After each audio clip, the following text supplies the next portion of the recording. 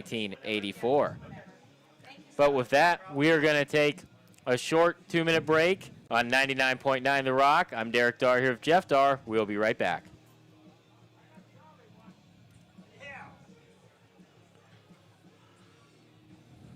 What do you want to talk about?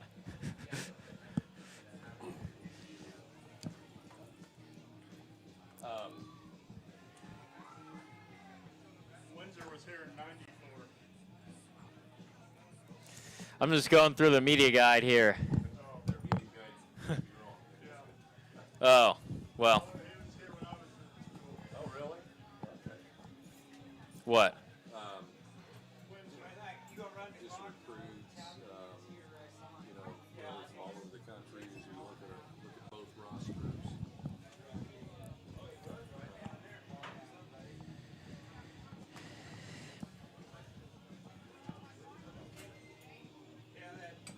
Game time temperature is 95 degrees. That can factor in. We can talk a little bit about that.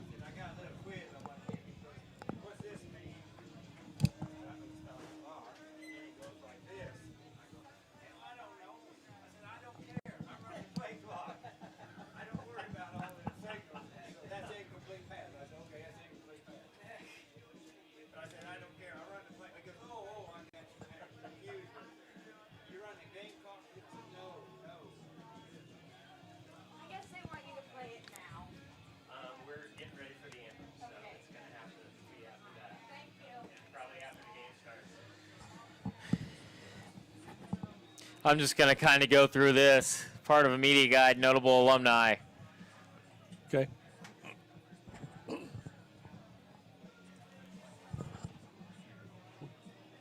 Which one am I? Am I 1? 2? Talk. 1, 2, 3.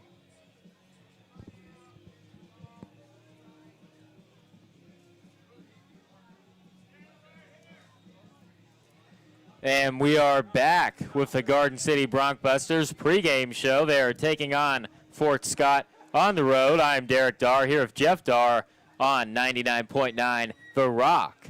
And now, just so at the beginning of the year you can get to know the Garden City Broncbusters, here's a little bit of information about the school.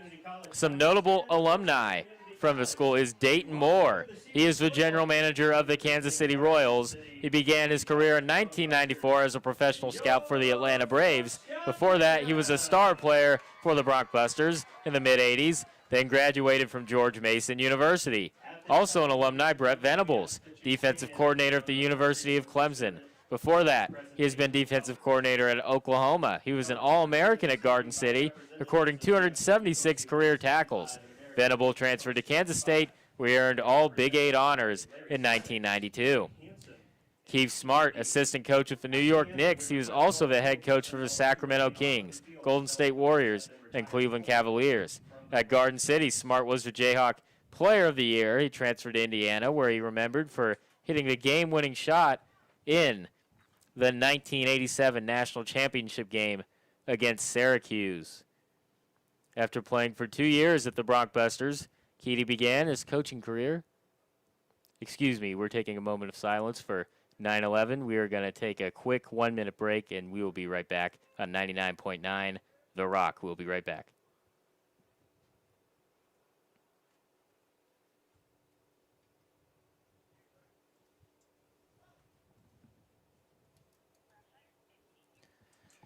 Ladies and gentlemen, before the anthem today, we recognize the 20th anniversary of the terrorist attacks on the U.S. In honor of those who perished on 9/11, please join us at this time for an observance of a moment of silence.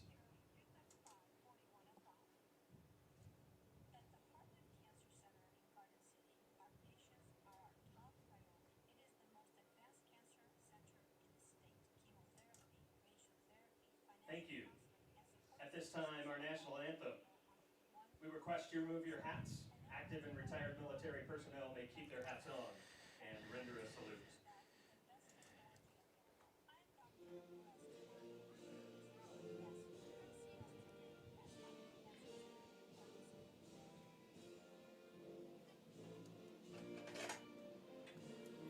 And we are back with the Garden City Broncbusters Coaches Show. They are currently playing the national anthem here on the 20th anniversary of 9/11 before we kick off for Fort Scott against the Garden City Community College Broncbusters, folks. And it should be a good game, but we were going to get back to what we were doing before we took that quick break. And we're going to tell you about Gene Cady, who was an alumni for the Broncbusters. He played for 2 years. He began his coaching career at Beloit High School in 1959, and he was an assistant at Arkansas, but he became the Purdue Boilermakers head coach for 20 years, and he was Big Ten Coach of the Year 7 times. He was inducted into the NCAA Hall of Fame. And the last player we're going to tell you about is Tyreek Hill. A lot of you Chiefs fans know who that is. Starting wide receiver for the Kansas City Chiefs. He has been a multiple-time All-Pro. He also played football at Garden City Community College for the Broncbusters. And hopefully we'll have another couple of great players like Tyreek Hill come through Garden City High School, and I am sure that more will. But just looking at this Garden City Broncbusters team, this is a stacked team from really all over the country. So for those of you who don't know, they're from Recruit Nationally here at Community College. They have people from Florida, people from Georgia, from Alabama, from everywhere. But what really impresses me about Garden City is the size. You do not see community college teams this big very often, do you, Jeff? No, you don't. They have a bunch of linemen that have basically one that's 350 pounds. We're at 290 on the D-line. D-line, you want to be a little lighter and a little more mobile, but, O-line 315, 300, 350, which is basically NFL O-line size, and that's tough to match up against when you're a D lineman at maybe 270 or 250, 260, going up against someone that's 315, and they're tough to move around. Yep, and we're going to go ahead and tell you about the head coach, Tom Minnick. He is 28th on the NJCAA's all-time wins list, 126, guided Arizona Western to top 20 finishes in 8 out of 11 seasons, led Matadors to 10 straight bowl games, assistant on only non-scholarship junior collar program to win overall national title. And he is quite the good coach. He was quite the good pickup for the Broncbusters. And we have Aaron Cheatwood. He is in his first season as the defensive coordinator. And before that, he was the head coach of Yuma Catholic High School in Yuma, Arizona. And at offensive coordinator, we have Ryan Felker. This is also his first season in Garden City, and he was at Gila River College in Gilbert, Arizona. There he led the Riverhawks to a 6-0 mark in 2020, and a conference title. Will be named Coach of the Year. His team went 8-1 in 2019. And then Antonio Banks is our coach at defensive backs. Trey Jackson is the defensive line coach in his first season. Robert Ortiz is the offensive line in his first season. Johan Stokes, assistant defensive backs, first season. Trey Stewart, wide receivers coach, first season. And we're going to tell you a little bit about last season.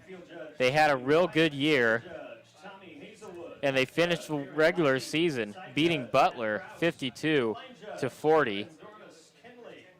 And I don't believe they played playoffs last year in the Jayhawk League due to COVID, and they played in the spring season. So do you think that presents a challenge, being such a quick turnaround from the spring season going into the fall? Hello? Yeah, that's really tough to tell. I mean, you have injuries in the spring. If you some played a full schedule, others played 3, maybe 4 ball games. Not a lot of time over the summer to recover from that once you go into summer training and that type of thing. But these guys are young. They're 18, 19, 20 years old, probably at the most in most cases. So they're resilient and can bounce back after that short turnaround time from the spring to the fall season. And I'm just going to tell you a little bit of information about these starters. At number 79, we had Carter Habich, and he played in 8 games in the spring season, and he was an all-conference honorable mention. And in this conference, that might as well be an all-American all-mention. And before, he started his college career at Arizona Western with Minnick in 2018, and he made his way over to Garden City. And at 78, we have Isaiah Adams. He is actually from Oakwood, Canada, a Canadian, folks. He also played in all 8 games, and he was second-team all-conference for the Broncbusters. And then at 77, we have Naimanta Ducor. He was second-team all-conference, played in all 8 games, and he was All-Ohio third-district team as a senior in high school, and he was all-district and all-state. And he only played 1 year of varsity football and lived in Africa when he was younger. And at the quarterback position for Garden City, at number 15, Jack Baltz. He transferred from Illinois State and played in 4 games in 2019. He was a 3-year letter winner in high school, won state title as a backup in high school in 2017. He threw for 2,532 yards and 31 TDs as a senior. That's a lot, folks, on high school. He was first-team All-State and All-Conference, and that was in Alabama. And we are about to get started here, folks. Fort Scott is taking the field. Garden City is already on their sideline, and it will not be long before the coin toss. But before we go to the coin toss, we are going to take a quick 1-minute break. I'm Derek Darr, here with Jeff Darr on 99.9 The Rock. We'll be right back. Gotta. Can't be calling Mom. Gotta pay attention. No, I was. Yeah, he caught me to sleep. Aunt Nell was wanting to know what station we're on. Oh. So I'm sorry. Do it again and you're fired, Dad. All right. I'll admit Garden City did win the toss, deferred to the second half. They'll be kicking off.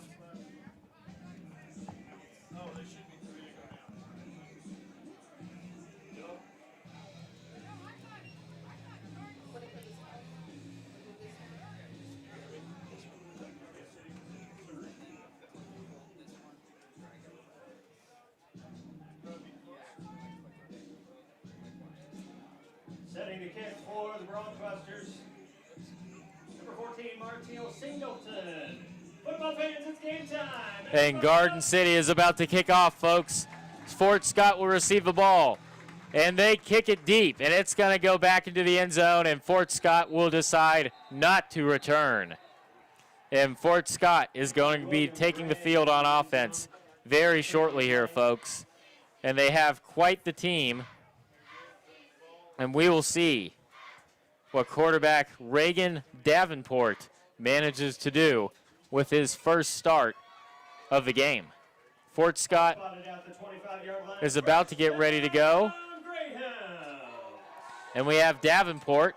They are lined up in that spread offense. Or, excuse me, not a spread, a trips, with a tight end and a motion on the tight end. He takes a snap. He hands it off. It's a fake handoff. And Garden City is all over Davenport. I believe it was Shamar Pearl, the defensive end, with the pressure. And it is a good start for Garden City, 2nd and 10 on the game, folks. And 2nd and 10. Garden City is lined up in a 5-2 defense. They takes the snap, but looks like it might be a false start. We'll see what they call here. It is a false start on Fort Scott. A big penalty. Penalties kill drives. That's going to be 2nd and 15, and this drive is off to an excellent start for the Garden City Broncbusters. But not excellent for Fort Scott. 2 plays, really only 1, and good pressure by Pearl from the defensive line. In the spread, Davenport, 4 wide receivers, getting ready to take the snap. He does. He drops back. He throws it. He has a man open, but is it a catch? Pass by Davenport falls incomplete. Oh, and they ruled it incomplete, but it was a close one, folks. to number 6, Reese Thomas, for wide receiver. No gain on the play. And there's no gain, so we're going to be at 3rd and 15. 15 from the 20-yard line. They're going to be looking to pass here, folks. 4 wide receivers, 3rd and 15. Davenport takes the snap. And there is pressure, but he flushes out of the pocket. He's going to run, and he's not going to get very far. A bunch of Broncbusters all over him. On the stop, number I believe I saw number 90, Kevin Abrams, out there.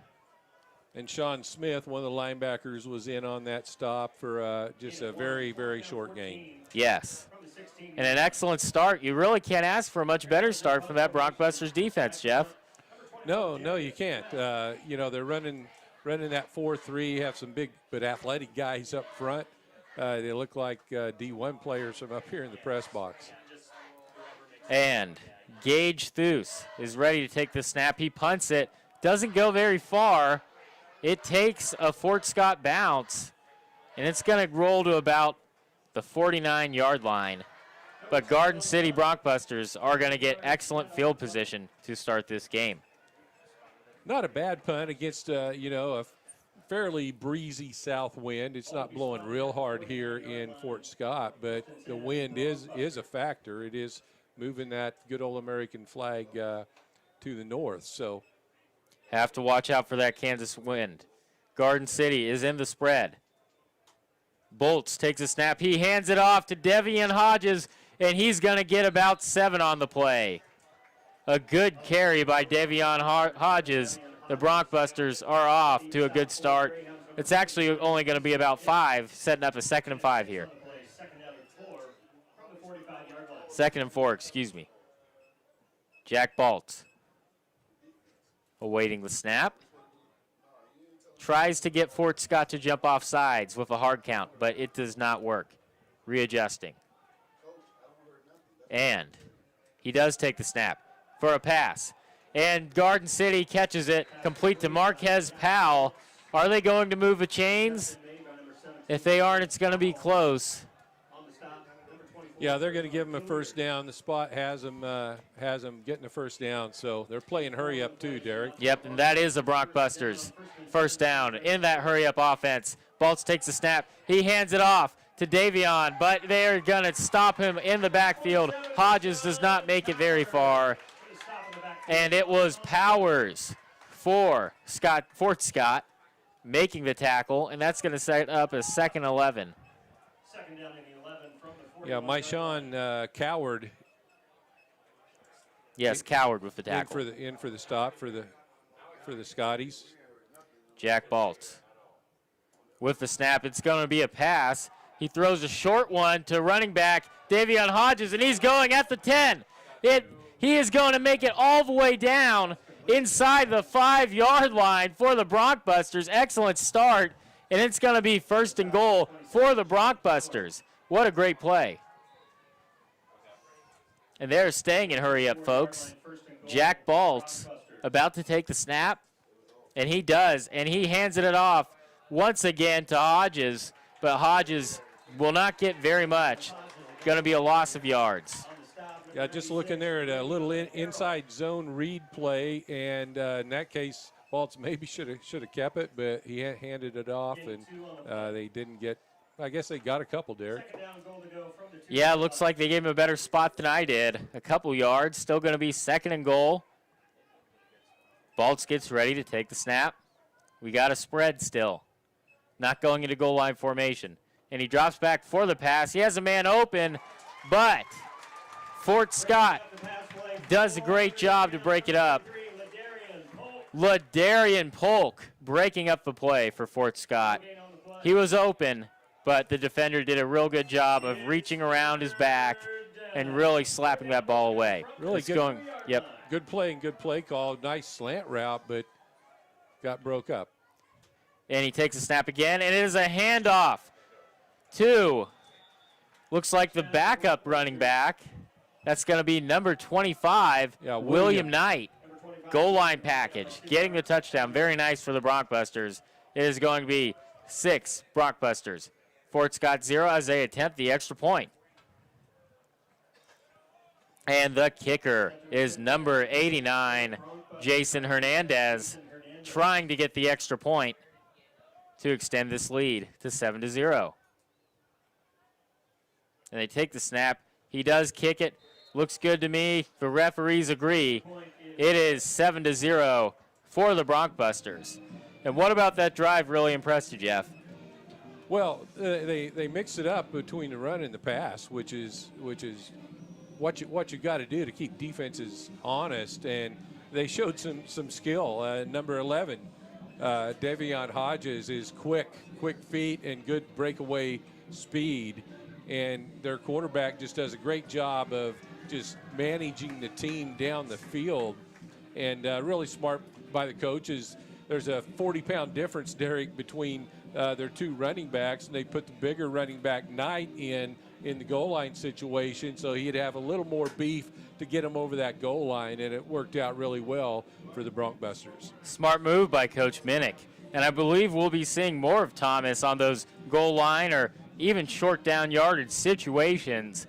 They will try to use that beefier running back to try to power through and get some extra yards. But Fort Scott is about to take the return, and you can't really ask for a much better start for Garden. They don't get the ball, but they get it back right away and then get a touchdown. And it's a line drive kick, but that will go in the end zone as well. It is very deep, and they used the kicker, number 43, William Gregg, making a great kick. He is not the same man that does the extra points, so Garden City is using a different strategy, using a different kicker each for the kickoff and the extra point. Yeah, Jason Hernandez kicks the extra points and I assume field goals. We haven't seen him in that position yet. And the nice thing about Jason is he is from Garden City as well. A local. But a trips look for Fort Scott. They hand it off to a run play. They are not going to get very much. It is William Hemsley getting the carry. And the tackle is made by Chris Smith of the Broncbusters. Second down and 11 from the 24-yard line. And they're on the 20-yard line, second and about 11 in the trips. Fort Scott drops back for the pass. And he is sacked, folks. He is sacked. We will see who two or three Broncbusters were on him. It was Davenport sacked, and it was Johnson, folks. Yeah, Darius Johnson. Darius Johnson. Spokane, Washington. Where the Gonzaga Bulldogs play for those college basketball fans. And Davenport goes to take the snap on third and about 20. He drops back for the pass. He has pressure, and it is intercepted. And they're taking it to the 20. And Fort Scott is going to make the stop. A helmet comes off. And a great interception by Fort Scott, but there is a flag on the field. 22, Marcus Dean with the pick. And that was not a very good ball by Fort Scott. No, that was the old tip pass drill, Derek, that you do every day in practice. Ball got tipped up, and the deep man from the free safety spot comes up and is able to really make a pretty easy pick and then had a good little return. And the Garden City, not the Buffaloes, almost said Buffaloes, the Broncbusters are getting ready to try to have another drive. Only about a minute. It has not been very long. Oh, and that's not good for Fort Scott, but it's great for us. We had an unsportsmanlike, which is going to be a 15-yard penalty, which brings the Broncbusters even deeper in to Fort Scott territory. Well, that helmet that came off was the face mask penalty that they just got, and referees did a good job of making that call. Setting the ball, Jack Baltz getting ready. It is Devion Hodges in the backfield with Baltz. They're in the spread, 4 wideouts. And it is a handoff to Hodges. He has space. Will he make it? Does he he does! Touchdown, Broncbusters. Devion Hodges getting another score for the Broncbusters, and he made it look easy. What did you see on that run? Well, just you got speed to get on the edge, and he got on the edge. and showed that quickness and that speed that I'm sure he was recruited for, and really got around that edge really pretty easily. And he did. He got around it quite easily. And I believe we have Hernandez back out there to make the kick for the Broncbusters. And he is getting ready for another extra point. He kicks it, looks good to me. And it is. Extra point is good. That is going to be 14 Broncbusters, Fort Scott 0. And once again, there wasn't a long drive, but what did you see? Well, no, it was a 10-yard drive, Derek. And those are the drives I know as coaches, you love to get those type of drives. 10-yard drive for a quick score after the interception by Marcus Dean. So great start for the Broncbusters, and not quite the start that Fort Scott had probably been prepping for and hoping for as they are into their second game of the season. And what do you think Fort Scott needs to do to clean things up into this? We are still early in this first quarter, 10 minutes and 24 seconds ready to go. What does Fort Scott need to do to clean it up? Their front line play has to slow that rush by that defensive front line that Garden City has, because the quarterback is in scrambling mode basically from the moment he gets the football, and that's just not good for your timing. You've been throwing against air or throwing against defenses in practice, and then you get a rush like that every time. It's tough. And we have William Craig getting ready for the kickoff. I expect him to kick it deep once again into the end zone. Don't expect to see a return. It is a line drive deep. Fort Scott thinks better of it. It is going to be a touchback. And Davenport and company will get ready to take the field once again against that fearsome Broncbuster defense to try to see if they can get better than the interception they had on the last drive. And do you expect to see much of the same from Garden City defense? Yeah, I think we're going to see the same. They're going to be running that front, trying to get through those gap assignments and just get pressure on the quarterback right from the get-go. Right now, they're setting in that 4-3 look with the cover 2 in the secondary. And Davenport takes a snap. He is rushed. It is a screen play, and he is going to get stopped with about 2 yards before he gets wrangled out of bounds. And it was number 12, or excuse me, it was Will Hemsley making the catch. It was a screen pass, but it was slow developing because, there was pressure once again on the quarterback. Davenport drops back. He is running. He's scrambling. He has room. He is going to get about 5 yards on the carry, maybe about 6 actually. Going to make it about a 3rd and 1. This is probably the best drive Fort Scott's had so far. Yeah, they're at least trying to move the sticks for the first time. And they're going to try to QB sneak. It does not look like it's going to work for them, setting up a 4th and short. It looks like from here with the spot of the official, it's going to probably be about 6 inches short, but you never know for sure if the chain gang has everything aligned just right over there. So as I see the mark of the ball now, it's going to be very, very close. Sean Smith barreling in to make the play. And but they did give him the first down. Looks like the Fort Scott managed to get it. It's going to be 1st and 10 for Fort Scott. They're lining up in trips. Still likes that trips formation. Garden City is showing a more 5-2 look. Or excuse me.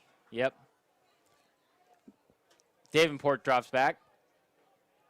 And does he make the catch? And he does. Making the catch is Mystical McGee. He's brought down by Elijah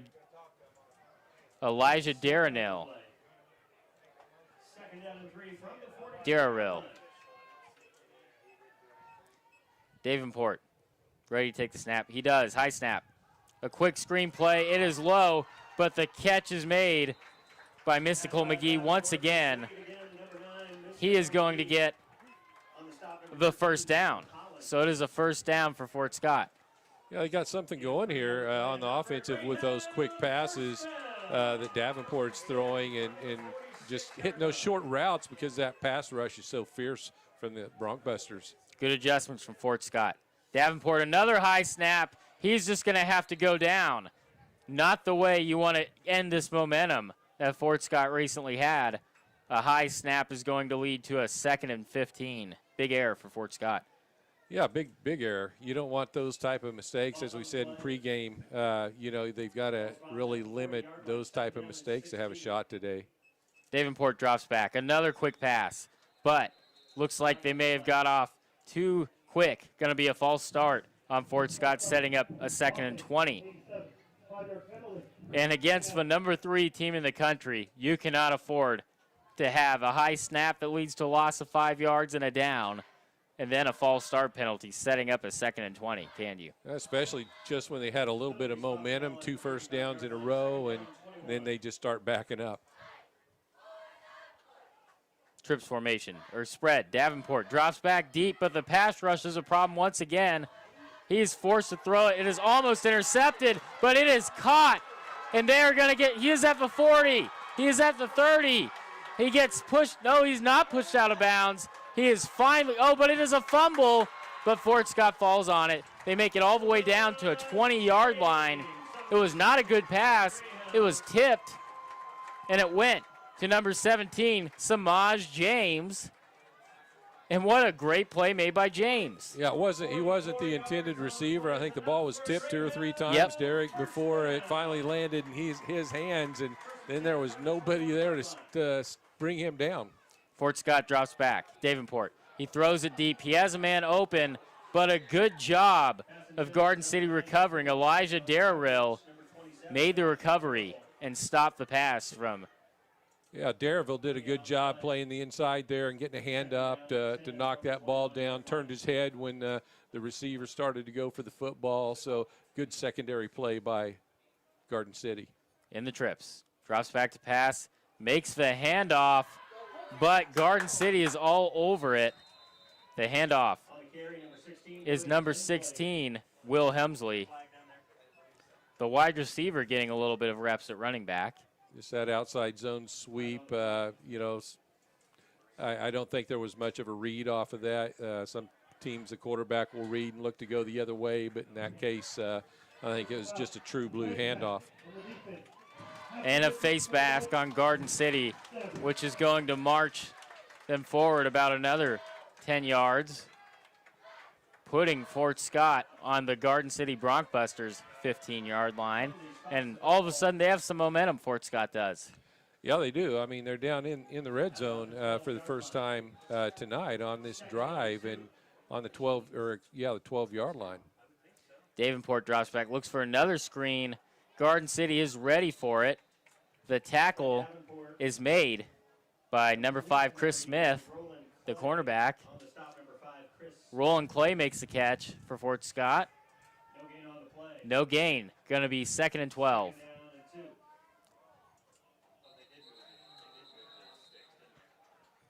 Again, trying to play that hurry up. Garden City's front had a design call where they moved laterally along the line of scrimmage right before the snap and got some of Fort Scott offensive linemen to jump off sides. This is already their 2nd or 3rd false start penalty for Fort Scott. Yeah, again, those little errors that kind of just put a hitch in your giddy up, especially when you have some momentum going. 2nd and about 15. Davenport drops back. He has pressure. Another quick play, but the tackle is made by number 90, Kevin Abrams. A great job by Abrams. Just an outside screen that time. I think it was meant to go outside, and then excuse me, is Caleb Franklin with the tackle. Fuller tried to take it back inside. 3rd and 16 for Fort Scott. Garden City does a good job of recovering in the red zone. And Davenport drops back. He has time.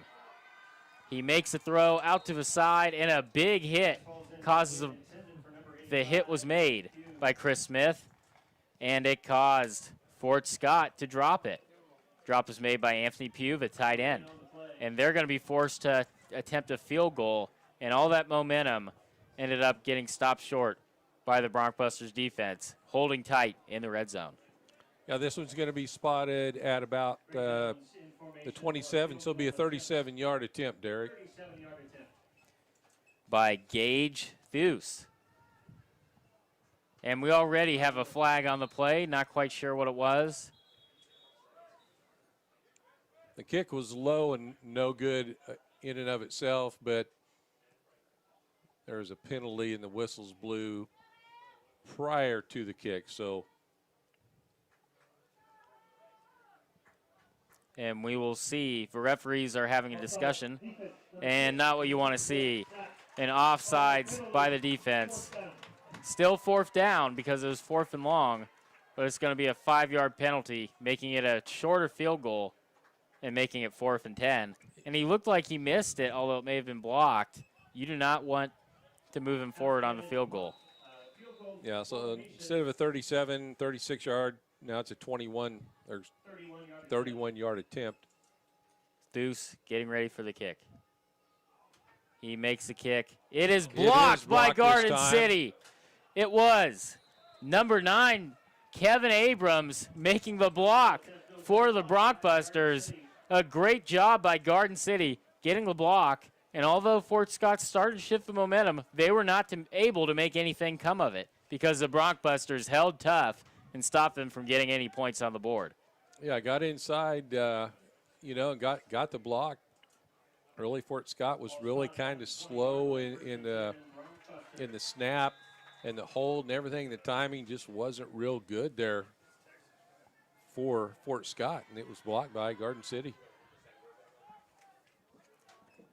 And Baltz getting ready to take the snap. They're going to get about one, maybe a bit of a fumble, but it was after the play. Going to be a quick screen on the outside. That was, but it is a flag on the play. Yeah, a late flag after the play, most likely an unsportsmanlike conduct penalty against somebody in there. There's quite a party around the football there, so it's hard to see from here as to who it was on.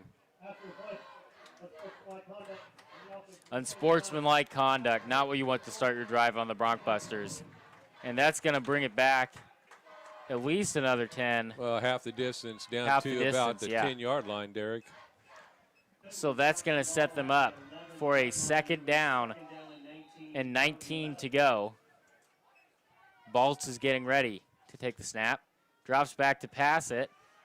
And he completes it to his man, number 7, Jacoby Belazin, making the catch, and he gets it out to about the 20-yard line, setting up a 3rd and 15. Gets about a 5-yard reception.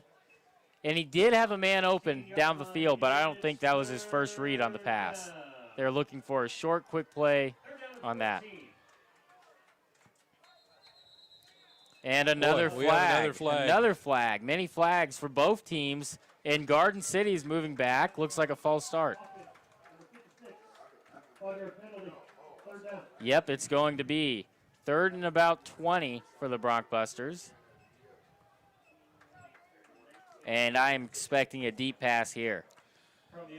Yeah, I don't know if they'll try to throw this deep in their own territory or not. Some coaches will do it, not worry about it. Others will just try to run it and get it out of there a little ways.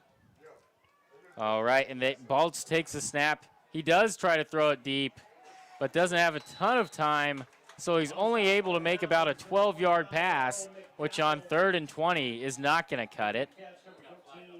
But we do have a flag on the play, folks. Maybe a late hit, roughing the passer. We will see. Starting to see quite a bit of chippiness out there on the field, Derek. Last couple of plays, there's been unsportsmanlike conduct penalties, which neither team can afford those at this time of year, especially and for those of you who don't know, that was an unsportsmanlike penalty on Fort Scott, a 15-yard penalty and a 1st down, just after they almost get the stop they give it right back to Garden City and give the Broncbusters offense more time to march down the field in that spread for the Broncbusters. Jack Baltz getting ready to take the snap. He's looking to his sideline for direction. He is making the call to his wide receivers in that 5-2 for Fort Scott. He takes a snap. He drops back. He has time. Oh, and it is intercepted. It is intercepted by Fort Scott. Number 27, Michon Coward, making the interception. It was off a tip. The tip was to number 7, Jacob Belzin, but he had men around him. I don't know if that was the most advisable pass with all the guys around him. He tried to squeeze it in quite the tight pocket, and he almost did. Pass was a little bit high, Derek. He went up and couldn't do anything but get his fingertips on it, tipped the ball up, and again, kind of like the earlier interception by Garden City, it was floating right there in the air for Fort Scott to pick off. And Fort Scott not going away. This is Jayhawk League football. It is tough in this conference, no matter who you are playing. And Davenport drops back, throws it. Maybe a defensive holding. The flag is on the field. We'll see what they call. Yeah, I think it's going to be defensive holding or just simply pass interference on Randy Robinson. Pass interference on Randy Robinson. Or Randy Robbins. Randy Robbins, excuse me, for the Broncbusters. Robinson. It was Robinson. Well, the roster has him cut off at Robinson. R-O-B-I-N-S. And well, back to the game. But nonetheless, we want to get the name right. Absolutely. And they're going to start him at about the 38-yard line. The Broncbusters defense gets another chance to show out like they have the last few drives. And they hand it off, but we have another flag, maybe a false start from the offense. We'll see. Yep, and it is a false start on Fort Scott. That is about Fort Scott's 4th false start penalty of the night, and it is only the first quarter. So a lot of problems with the false starts from Fort Scott tonight, and that's going to set up a 1st and 15 for Davenport. Right, can't have mistakes like that. Or those are just what we call drive killers. And not against this tough Broncbusters defense. Davenport takes a snap. He throws it deep, and it is an interception. The interception is made by number 1, Keelan Kennedy, and a great interception. And it was thrown right to Keelan Kennedy. I wonder if Davenport thought if Kennedy was on his own team. Boy, it's kind of like that fly ball to center field when the center fielder doesn't have to move, catches the ball, and Kennedy was just right there and didn't have to move and caught it and was tackled right there on the spot. But another turnover, which is costly for Fort Scott. But those defensive backs don't always have the best hands, so good job on Kennedy bringing it in. And the spread for Garden City. And Baltz takes a snap. We do have a flag up on the field. A lot of flags this game. We'll see what the referees dictate the flag was. Yeah, another flag, that time pass out to David Edler, the first time he's been the target tonight. Before the snap, the flag was thrown. Could have been an offsides. Yep, defensive offsides. That's going to move it forward 5 yards and be a first down. So good job by the Broncbusters not jumping and forcing Fort Scott to jump. A lot of yellow flags going up this first quarter, Derek. They are officiating a tight game, not letting anything go. Flags left and right. We'll see if that continues for the rest of the game. And they're in the trips formation. Baltz gets ready for the snap. He hands it off to I believe he actually handed it off to number 25, William Knight. Yep, and Knight is going to get 10 on that carry, and he's going to get a first down. That's a Broncbusters first down. So good call by Coach Minnick, handing it off to his workhorse, and it pays off for him. Yeah, with the temperature, game time temperature is 91 degrees, Derek, and that's factoring in here early, I think. Baltz throws it. He has a man open. The pass is completed to David Elder, the wide receiver. Great job. Another Broncbusters first down. 21, Larry Corbin for Fort Scott making the tackle, but a great start to this offense for the Broncbusters. First and 10. Baltz takes the snap. He hands it off to Knight. Knight has room, but he does get stopped in the backfield. Maybe a loss of half a yard. Can't quite get out to the edge there. He, had some hesitation, and that cost him. You got to hit that edge really, really fast and quick. But another yellow flag, Derek. Another one. They're not letting anything go, folks. And they're holding on the offense. I didn't see it, so I couldn't tell you if it was a good call or not, but looks like that's going to make it first and about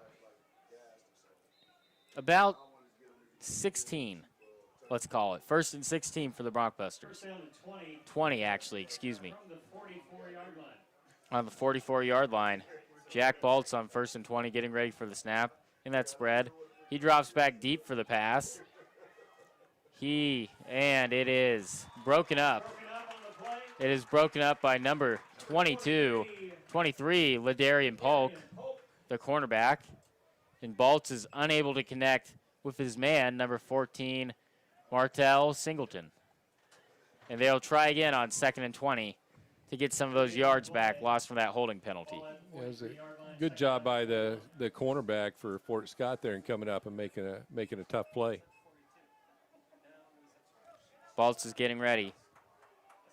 Going to try to make a big play. Drops back for the pass, stays in the pocket.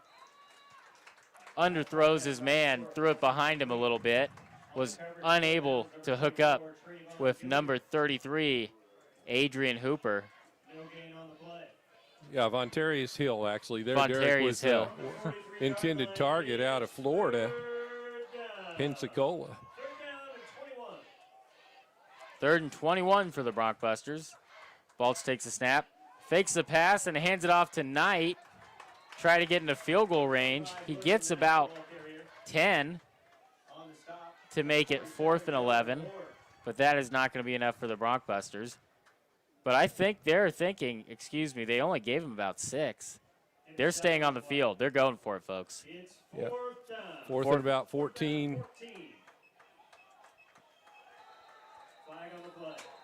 And number 83, Vontarius Hill, got a little anxious that time and started before the snap count.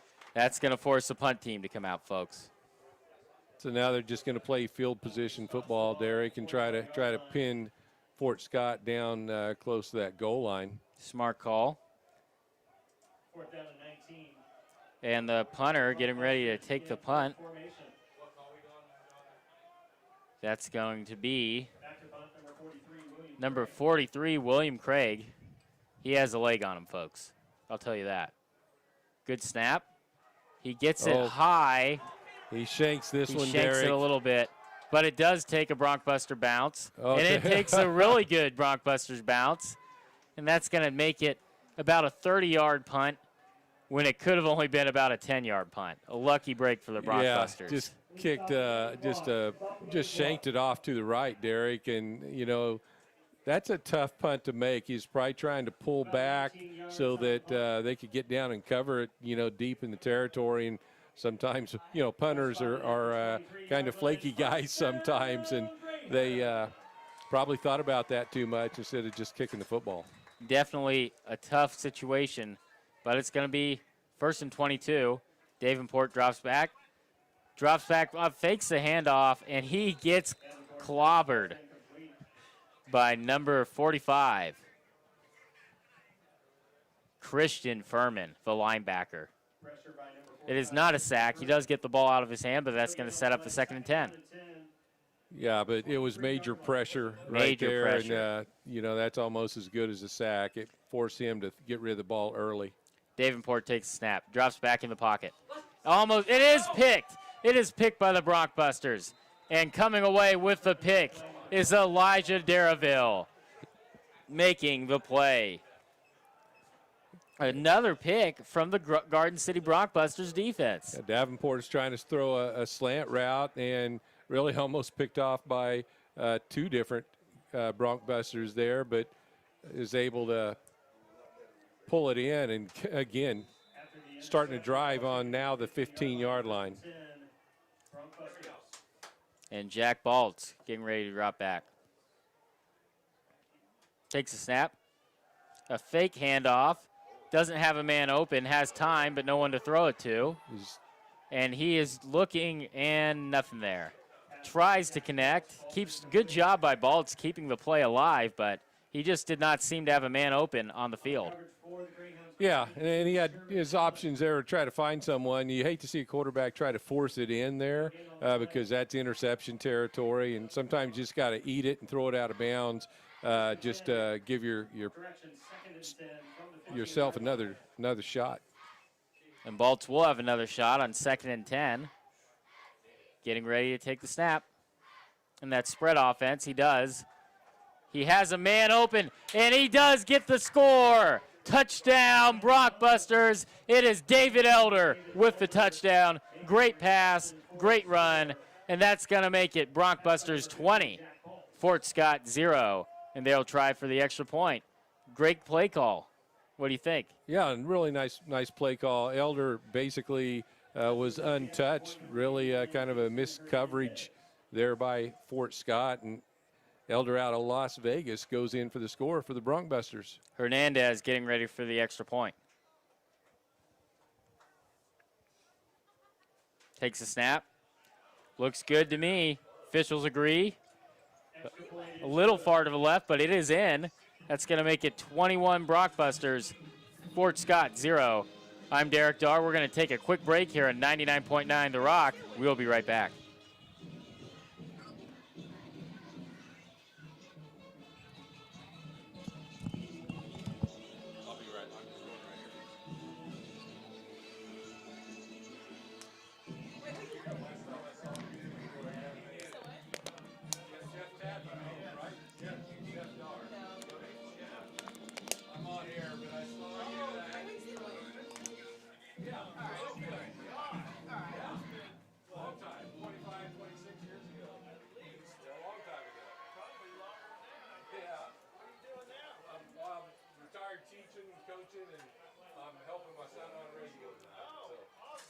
Go ahead and bring us back right after this.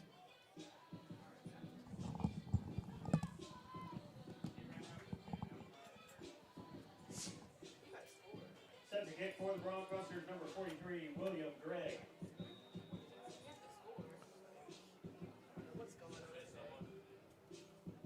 And we are back. The Broncbusters getting ready to make the kickoff. And they do. It is deep once again. No chance of returning that one for Fort Scott. And that's going to be another touchback. Fort Scott has yet to return it, and I don't blame them. Yeah, and that's exactly why that win's a little more of a factor than it probably looks like from up here in the press box, and that's why Garden City deferred to the second half. Kansas win normally dies down a little bit in the evening, and we'll see if that happens here tonight. But 1:37 to go in quarter number one, and Fort Scott is still going against that Kansas win. Yep, first down for Fort Scott on the 25. Davenport takes a snap. He dumps off a little screen, and he is only going to get about a yard on the play to number 30, MJ Fuller, and stopped by number 8, Darius Johnson. Great play made by Johnson. Really good job reading the screenplay and having someone there to stop it. And they make the handoff to number 30, MJ Fuller, and he's going to get taken back behind the line of scrimmage. There is another flag on the field. Not sure what it's going to be. Well, the second time we've seen a helmet fly off tonight, Derek, and second time along with that came a flag. So we'll see if it's the same call, a face mask or something like that. Yeah, maybe an offensive face mask. It's a Garden City helmet that came flying off, so we'll see. We'll see what they determine. But it's going to be unsportsmanlike on the defense. And it's going to be 15 yards from the end of a run, and that's going to be a first down, an unforced first down for Fort Scott, unforced error by the Broncbusters. Yeah, again, even I know this first game for Garden City as well, and they've got to eliminate these type of mistakes if they're going to maintain that number 3 ranking. And Davenport drops back for the pass. And it is batted down by number 92, Alexander Lemon. Really And good. a great job by Lemon batting that down. Yeah, good job just timing the jump and getting up there and getting his hand on the football to make it 2nd and 10. And the Broncbuster defense has really impressed me tonight. And Davenport takes a snap and drops it back. And he has a man open. He is down the field. He is at the 30. He is at the 20. He gets brought down at the 20. It is number 27, Elijah Darrell, making the save. And that's going to be a huge gain for the Broncbusters. The pass was to number 9, Mystical McGee. Yeah, and he's kind of wide open there across the middle that time. And another personal foul on the defense. And that's going to march him half a distance to the goal. Another unsportsmanlike. Going to put him on right about the 10-yard line, 1st and 10 Yeah, I for know Fort Scott. Coach Minnick is not going to be happy about those 2 penalties. That's really enhanced this drive for Fort Scott. Greyhounds getting ready. It looks like he jumped the snap. Good job. A little close to being offsides, but it was not. He managed to jump the snap, excuse me. Good job by Garden City, timing that perfectly. Well, there's timing and then there's timing, and he timed that just right and didn't get the flag, which I'm surprised because we've seen quite a few of them tonight. Yep. Looks like he timed it just right. And it's going to be 2nd and 10. Davenport drops back. He throws it into the corner to Mystical McGee, and it is a catch. Impressive touchdown by Mystical McGee. And I'll tell you what, Keelan Kennedy, he didn't do a bad job defending that. That was just an incredible catch. The coverage was really pretty good. Good coverage. And Mystical McGee just made a mystical catch there in the corner of the end zone. Extra point by Gage Theus, trying to make it a 2-possession game. He kicks it up through the uprights, and it is good. We are going to take a 30-second timeout here on 99.9 The Rock. I'm Derek Dark. We'll be right back.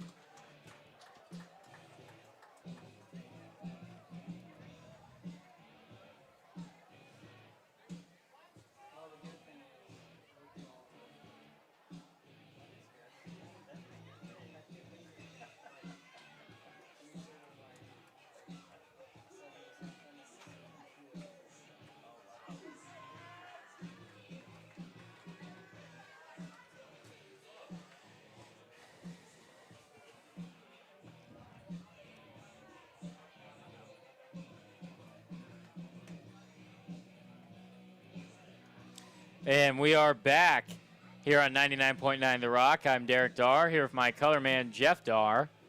And that was all Mystical McGee on that last drive, wasn't it, Jeff? Yeah, it was. That big catch across the middle, then a terrific catch in the corner of the end zone. That drive, though, unfortunately was aided by about 40 yards in penalties against Garden City, with 2 unsportsmanlikes and like a pass interference early on. And the Broncbusters are getting ready for the return. Looks like. And it is a weird kick that's going to go out of bounds. That's going to be a penalty on Fort Scott. Flag on the play. Good job by Garden City getting away from it. And that was number 11, Davion Hodges, getting away from it. Good call by Hodges. Props to him. It's going to put the ball out on the 35-yard line, so good field position here for the Broncbusters with 22 seconds left to go in quarter number 1 here in Fort Scott, Kansas. And they will get a chance to extend their lead up 21-7 right now. And the Broncbusters in the spread.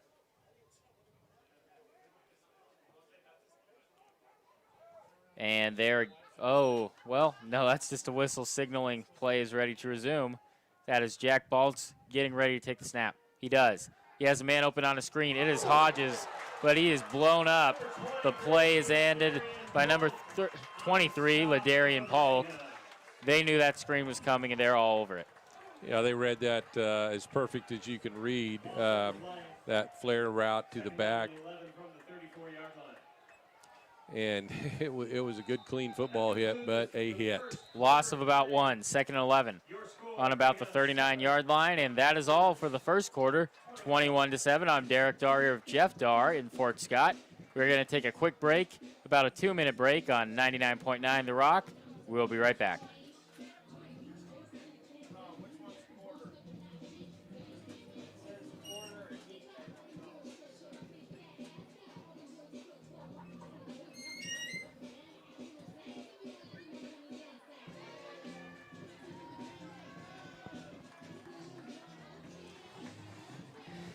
How much more commercials should I tell him to run?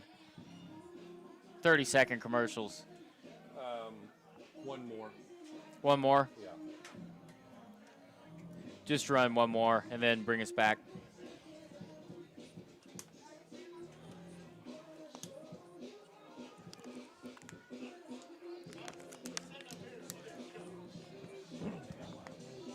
I don't hear station. Am I supposed to?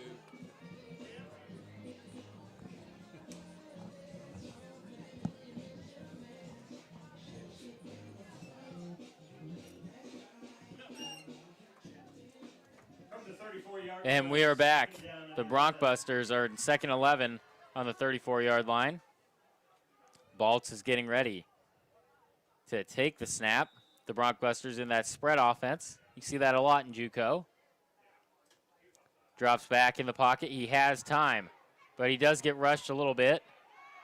He has a man open, and he connects to him. That is going to be a Broncbusters first down.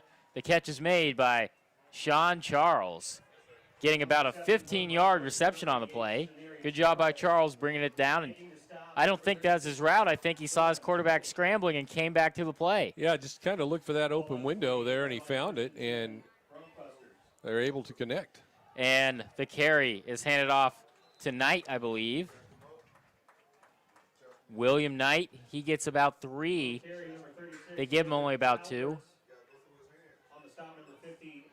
Excuse me, it was Dedrick Talbert with the carry. He gets about 2. Talbert still in the backfield. They are in the spread. Jack Baltz. 3 wide receivers on the left side. He is getting ready to take the snap. He does. He's looking for a pass. He makes it to the running back, and it's going to be a first down and then some, and then a big hit made by number 26, Dedrick Talbert, making the catch, getting about a 12-yard run, and then laying the wood on the defense. Going to add 15 on that too, Derek, with the rushing the passer Roughing the play, passer. a late hit on the passer after he made that that nice pass. So that's going to tack 15 on. Yep, going to be another 15 yards for the Broncbusters. Big mistake by the Greyhounds. He's going to put him clear down on the 22-yard line with a 1st and 10, almost into the red zone again. That's right. And Baltz and company will have great field to work with. He drops back for the pass. He gets rushed, but he gets the ball off to Talbert, who scrambles down the field for a number 9. Good job by Baltz getting rid of a ball to his running back off the blitz. Yeah, just a little flare route, and again, he saw that blitz coming, and, you know, it's designed for him to be an outlet, and Talbert did a good job of being the out and catching that and picking up about 6. Looks like a penalty. Looks like it's going to be on the Broncbusters. Maybe another false start. Yep, that's what it is. A lot of penalties tonight, mostly from Fort Scott, but the Broncbusters have had their fair share of penalties as well tonight. And they're dropping back into the spread on that 2nd and 9. Baltz getting ready. A 4-3 defense for Fort Scott. Almost picked off. Dangerous pass made by Baltz. almost picked off, thrown right to Michon Coward, who had an interception earlier in the game, but was unable to come away with it this time. Yeah, just a quick little stopper out that he tried to throw, and had that been picked off, there was nobody there. That could have gone a long ways the wrong way. And Baltz is getting ready to take the snap. He drops back. He gives it to Talbert, who storms down the field, and he's going to get about 8 on there. Not enough for the first down, but it's going to be about 4th and 1 after a really solid run by Talbert. 4th and about 2, actually. 4th and 2, and they're definitely in field goal range here, Derek, but they're electing to go for it. Maybe a hard count and a timeout here potentially. They did do the hard count. Will we get the timeout, or will they go ahead and run the play? Baltz getting ready. I think they're going to take the snap. He does take the snap. He throws it. He has a man open who makes a catch and gets a first down and then some down to the 5-yard line. Catch is made by number 88, Sean Charles, coming away with another catch. Yeah, gutsy call on 4th down there to go for it. Probably in field goal range and could have got points, and now they're going for 6. And a handoff to Talbert, who makes it to the outside, and he gets in for a Broncbusters touchdown. A great run by Dedrick Talbert, who got in for his first drive this series. This is his first time on the field, and he has played very well on this drive. I'll tell you what, Garden City has some running backs. They got 3 good ones, folks. I would take any of them if I were coaching at this level, and they all look good, and 36 looks really good. Who knows? Maybe in on this series. Maybe there's a 4th good one we haven't seen yet that we'll see later tonight. But Hernandez kicks the extra point. It is good. That is going to extend their lead to 21. 28 Broncbusters, 7 Greyhounds. And we're going to stay here and talk about Talbert and what did he bring to this offense when he came in? Well, he did everything. He blocked. He ran the flare route, caught a nice pass to keep pushing the ball forward and upfield, and then he runs the ball well. Runs with power, but also speed. He's able to get on that edge and turn that corner, and that's just one of those things you look for in great running backs. And my first impression of him is very, very good. And Garden City doesn't really have a starting running back. They have a stable. You see that quite often with the University of Oklahoma, where they have so many top running back recruits. They have to give them all carries, and that seems to be the situation here in Garden City.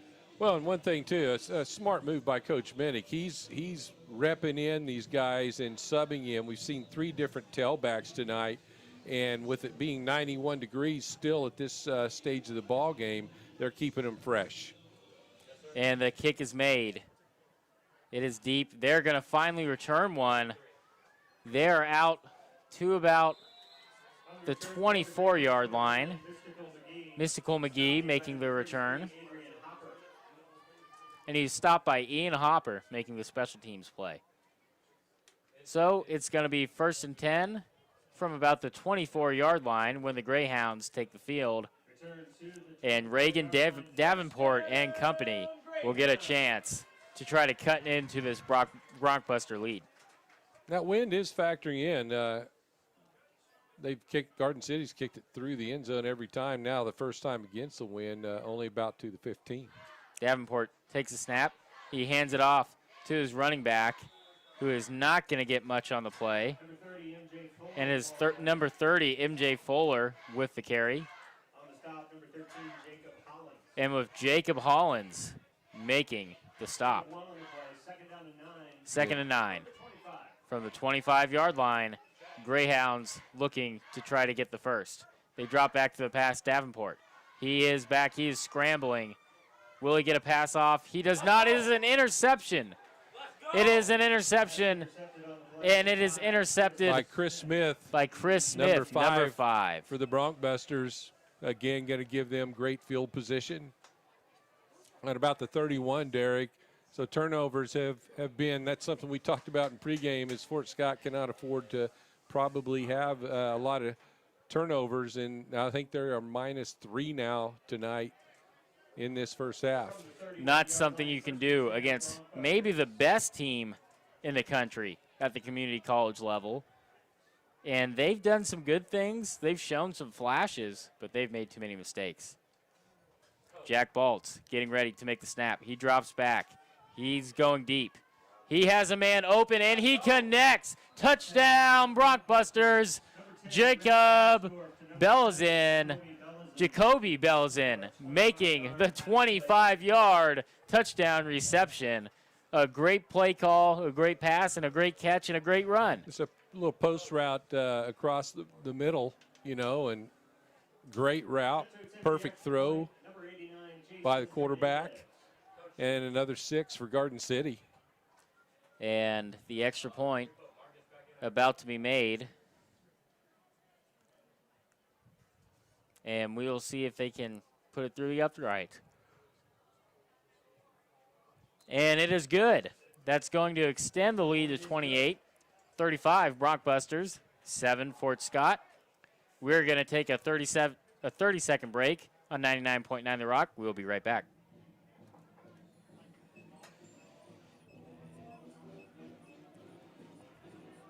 I need a water. Glad I brought those. Only 2, but it is hot in this press box. It has to be 100 on the field, though. But still 91. I figured Yeah. it would go down. It's crazy.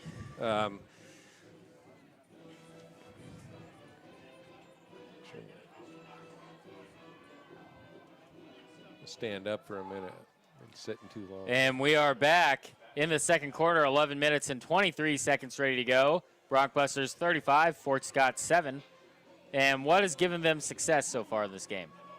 Well, a short field, very short field on 3 of their drives, the 10, the 20, and the 30, I believe. And then they're just executing good offense, connecting on their passes, and just good fundamental football. Kick deep. Mystical McGee making the return. He is out to the 15, and he gets stopped at around the 24-yard line. We will see who made the tackle. It was Adrian Hopper getting the stop. And Fort Scott, they've had several turnovers. They're getting a chance to cut into this lead before half, but they're going to have to be crisper in regard to turning the ball over on offense. Ball spotted at the 25-yard line. First down, Greyhounds. A bunch trip with a motion. And it is a pitch on the outside. He has room. He gets out to about the 30-yard line, gets about a 7-yard rush. It is Samaj James, the wide receiver, on a bit of a jet sweep, and he is brought down by Chris Smith. And, Derek, they have a new quarterback in, number 13, Ethan. Oh, Ethan DeTilio. DeTilio. Davenport is not in the game. Looks like coach has seen enough after those interceptions. DeTilio drops back. He makes a deep pass. He has a man, but he overthrew it by just a hair. Tough pass. He did have a man open, though. Jay Taylor was open. Yeah, he had a couple steps on the Garden City secondary. Had that pass just been a little bit shorter, that would have been 6 points right there for Fort Scott. DeTilio dropping back with the pass. Fakes the handoff. Almost gets drilled, but avoids the defender. He has a man open, and he connects. That's going to be a first down for the Greyhounds to number 17, Samaj James, making the catch. DeTilio's coming in, adding a little bit of a spark here to the Fort Scott offense. So Garden City's going to have to, put the toes in the turf here and play some football to stop this drive. DeTilio drops back. He rushes forward, and he runs out of bounds for about a 4-yard carry. Going to be 2nd and 6. Late flag. We'll see what the officials decide. That late, it's going to be another unsportsmanlike, which we've seen already 4 or 5. We mentioned a little bit chippy in this ball game, so those kind of things cannot happen. And hopefully we're not looking at an ejection with, I know the rule is 2 unsportsmanlike in Division I. The rule is maybe the same here down at the JUCO level. Unnecessary roughness on the defense, number 4. 15 yards from the end of the run. First down. but it is not the second unsportsmanlike, but it is going to be a 15-yard penalty and a first down. Not what you want to see out of your defense.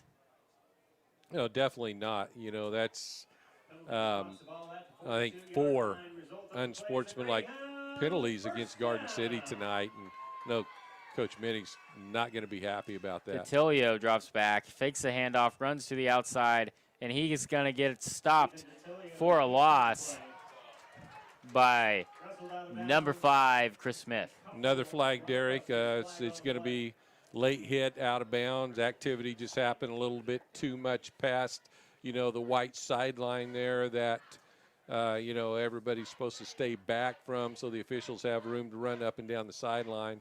It's going to be another 15 against Garden City.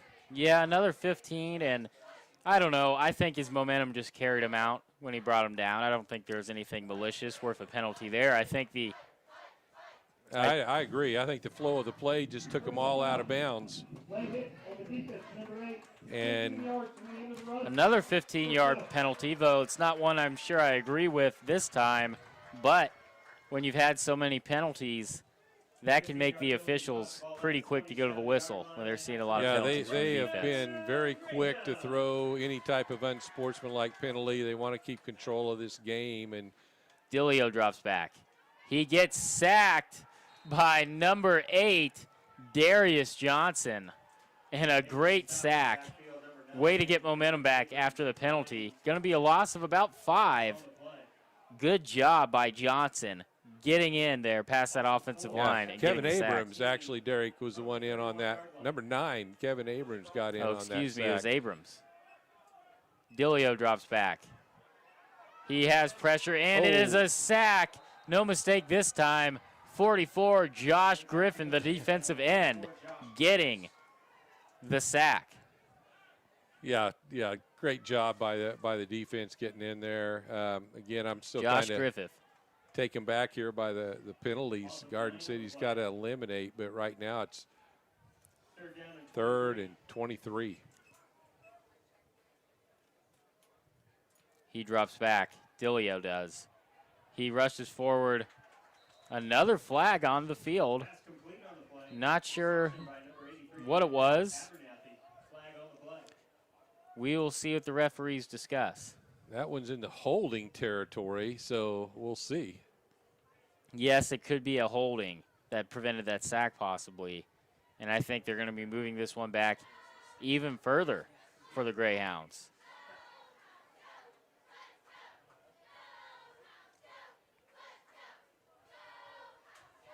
They're talking about it, or at least maybe talking about where the spot's going to be. But, you know, fortunately, Derek, Garden City has rebounded.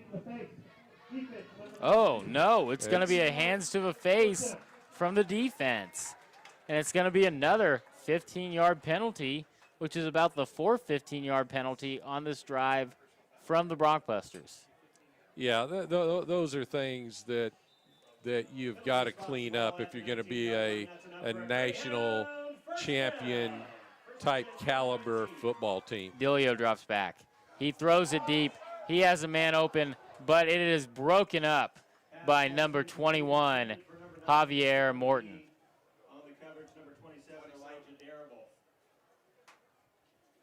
And it's a good job breaking up that play. 2nd down and 10 from the 19-yard line. And it's going to be 2nd and 10 on the 19-yard line. And excuse me, that was Dwayne Harris, I believe, making that stop. 27. Elijah Darraville, of course. He's made a lot of plays tonight.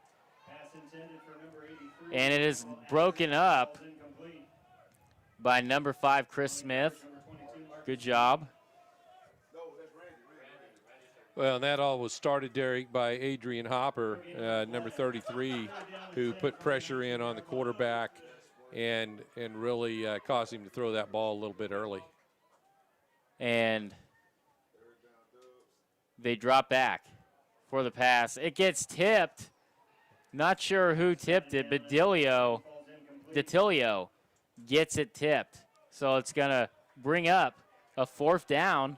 So good job by the defense recovering. They had penalties, and they really came through at the end of that drive, and they're going to force a long field goal attempt here. Yeah, normally, Derek, you don't recover from 60 yards and unsportsmanlike penalties on one drive that you give another football team. But that tells you the talent on this team. And speaking of talent, that he drilled that 35-yard field goal. It was Gage Theis, excuse me, making the field goal, and that's going to make it 35-10. And we're going to keep it right here. What do you think the defense did to avoid a touchdown after allowing 60 yards and penalties in one drive? Well, when they're playing football and not making stupid mistakes, unsportsmanlike penalties, they come out and they do a great job of just playing good defensive football. They knocked down passes. They had good coverage, good pressure on the quarterback. They had all those ingredients that you need to have a good defense. But one, to be a national champion caliber football team, you cannot have those 15-yard unsportsmanlike penalties throughout the game. I know this is the first game of the year, but they've had enough tonight, Derek, to last a season. And Fort Scott, I think, hasn't beaten that. Well, they may be pretty close now, but it's been flags everywhere for both teams. And Theus is getting ready to kick it deep once again, kicking it into the wind. With the wind, excuse me. And he kicks it deep. And that's going to go into the end zone, deep into the end zone. That wind is something, folks. Another flag. Another flag. Is it on Garden City? I believe it was. Perhaps another 15-yard penalty, this time on number 36, if I saw that correctly.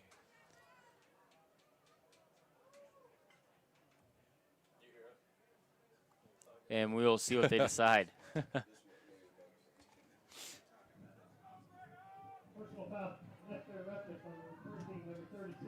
And it is on number 36.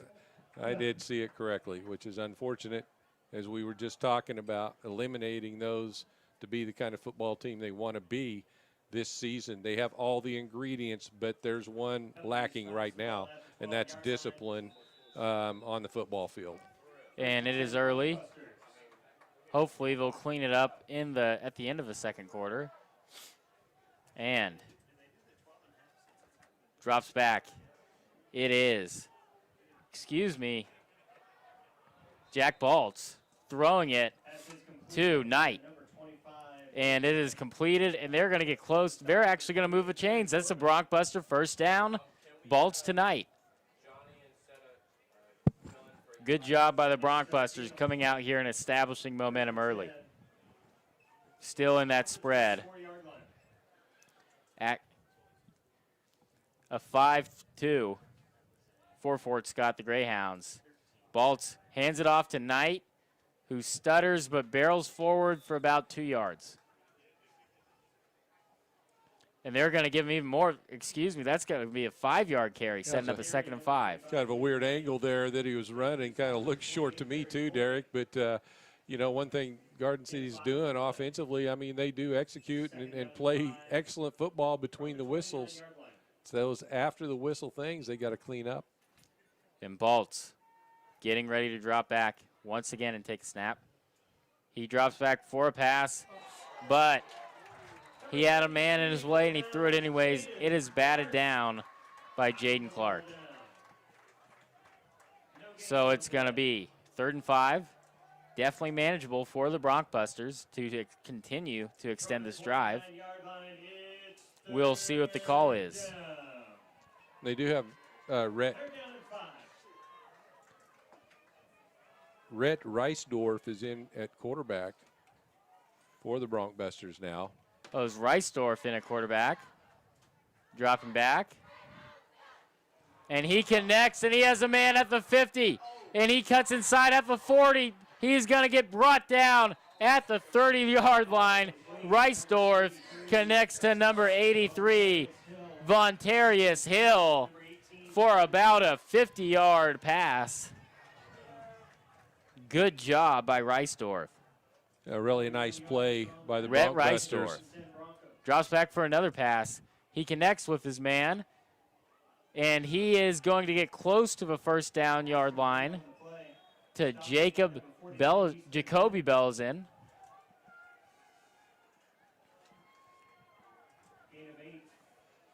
And it's going to be a gain of 8, setting up as 2nd and 2.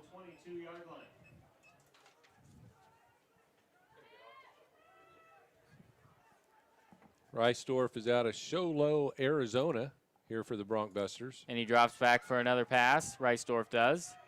And he scrambles for the extra 2 yards.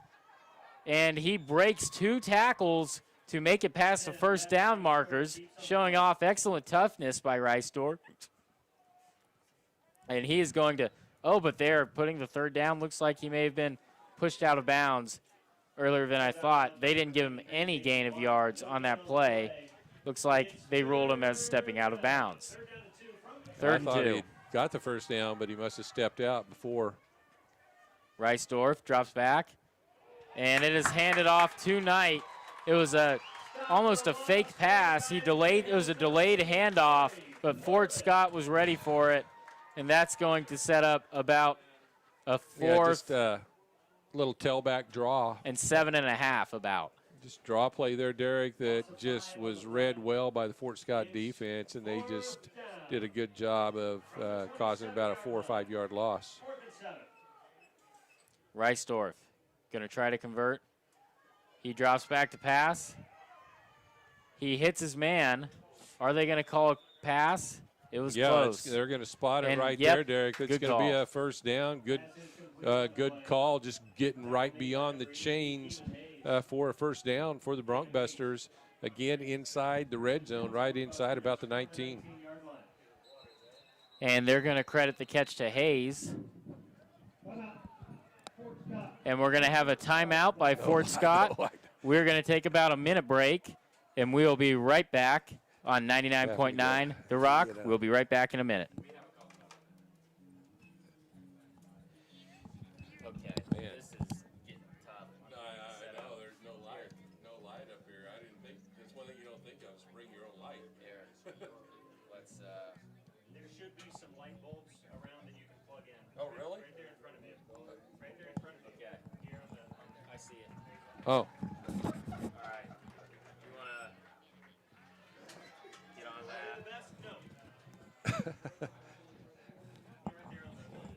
Hey, whatever works. Yeah, you're going to have to plug it in right here, Dad. Right. No. There. Oh, well, maybe. It's like it's an outlet. Yeah. It's an out. Whoa, wow. You're going to have to plug it in right here. Okay, I got you. One should be enough, I'm thinking. Bring us back right after this. Ooh. From the 19-yard line, first down and 10. We have another one.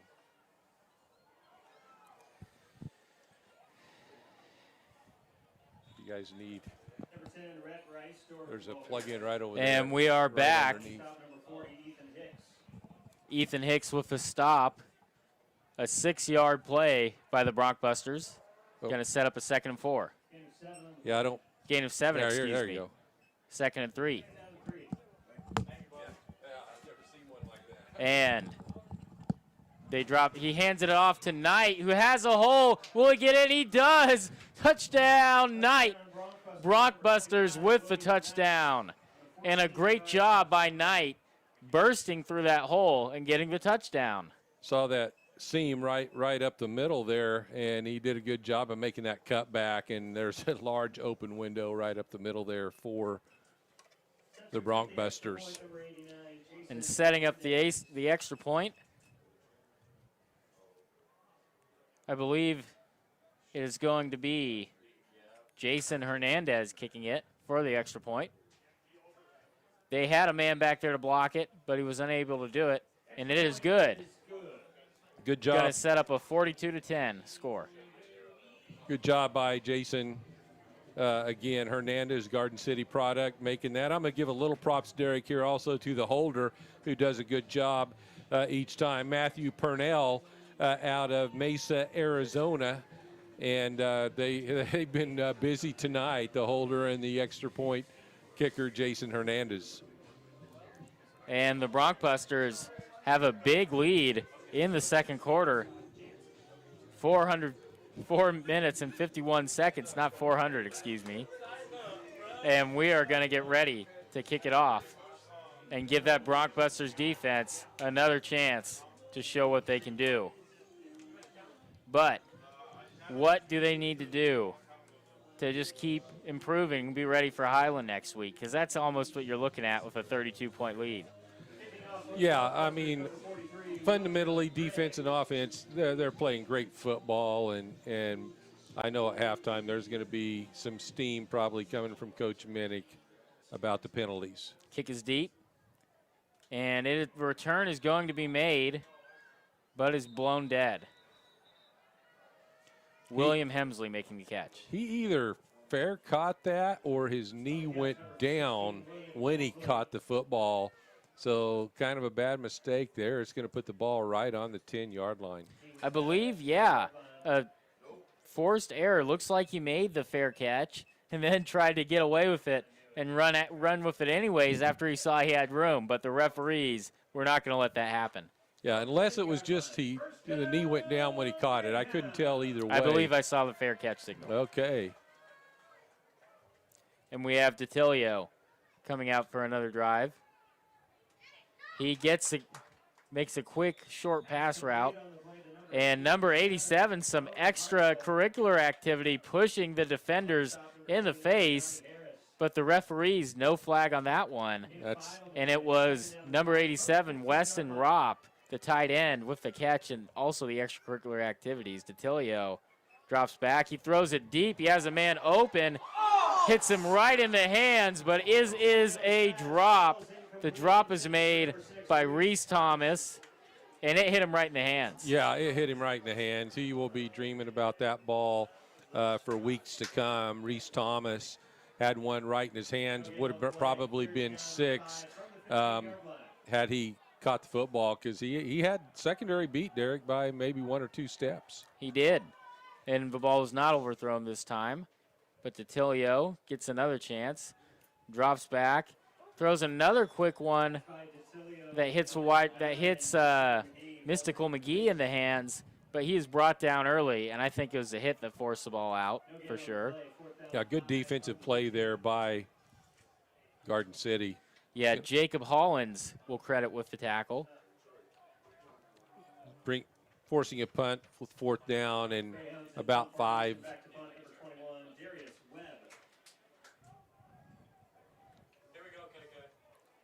And Fort Scott, the Greyhounds, getting ready to punt it. They're deep in their a high snap, but the punter does a good job jumping up to get it. A bit of a short punt, but it does take a Greyhound roll, and it's going to go out to about the 42-yard line. You got to get away from it in that situation. Right. There's a call different teams make, and here we have another flag and going another up for extracurricular activity on the field. Not a good look. I have a feeling Monday is not going to be a good practice day for the Broncbusters. Just way too much of that type of stuff going on, although I don't know what this penalty is. It might be on Fort Scott this time. I don't think so. But they're moving. Yeah, Mark Harden. Number 11, illegal contact. And that is going to set up a 1st down and 10 on about their own 25 for the Broncbusters. Yeah, had the ball on the 42, which would have been great field position, and then another mistake. And like I said earlier, against more established teams, things like that will send you home. Reisdorf hands it off, and they're going to get about 4. It was Davion Hodges getting the carry, and he did a good job of getting about 3 yards on the outside. We'll see where they spot it, though. Oh, looks like they gave him about 3, yeah. 2nd and 7. 2nd down and 7 from the 30-yard line. And Fort's gotten that 4-3. Reisdorf takes a pass. He drops back. No pressure, has time, but no one is open, so he just dumps it off to Hodges, who is maybe going to lose yards on that catch. But they're going to keep the spot where it is. No, they're going to take a yard away. So that's going to set up a 3rd and 8. Good job by the offensive line blocking, but there just weren't any receivers open on that play. Yeah, no one was open. Had to hit his outlet there that time, Devion Hodges, and was for a loss of about 2. Takes the pass. He hits his man. It is Reisdorf. He hits number 17, Marquez Powell, for the first down, but there appears to be an injury down on the field. Fort Scott player is down. Really good job by Powell going up that time, Derek, and catching the ball. You know, at the peak of his jump there, and then pulling it in right in the middle of traffic, and that's one of those areas of the field where, you know, a lot of receivers take a pretty big hit, and he did take a pretty big hit after the play or on the play, but was able to get a first down. Really good football right there. And while we wait for them to attend to the injured player, we are going to take a break here on 99.9 The Rock. We will be back.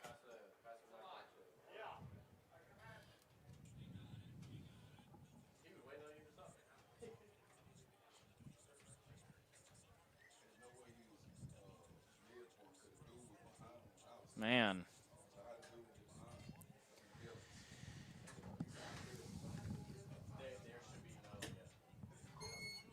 Yeah, I thought you were a minute ago, or like you're going to give the score like 436.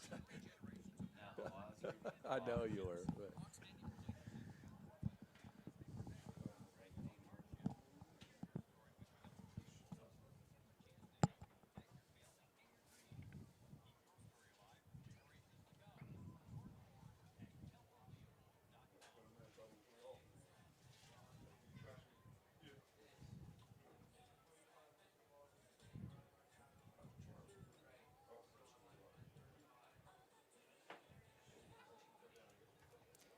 Yeah, keep playing breaks. He's still down.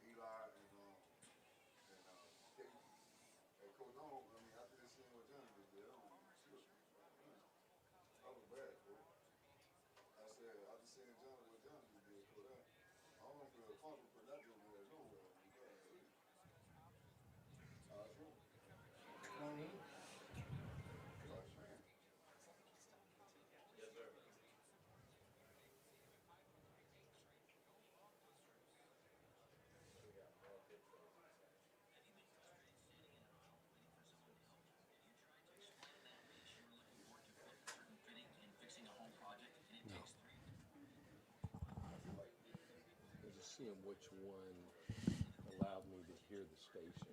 And that one does. Blowing my ears out. I know. So I can barely hear it. Yeah, well, I still have my hearing. I don't need to hear the station, but I'm just checking. Got it. Well, y'all blew my eardrums out. Okay.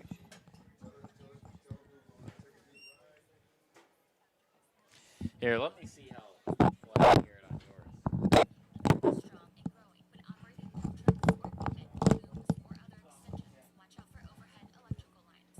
Well, there's your problem. You're only hearing the station through your left ear on this one. Yeah.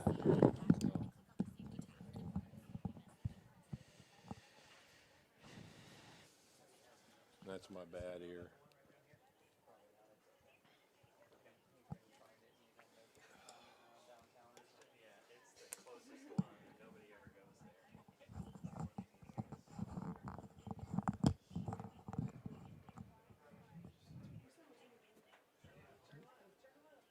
Yeah.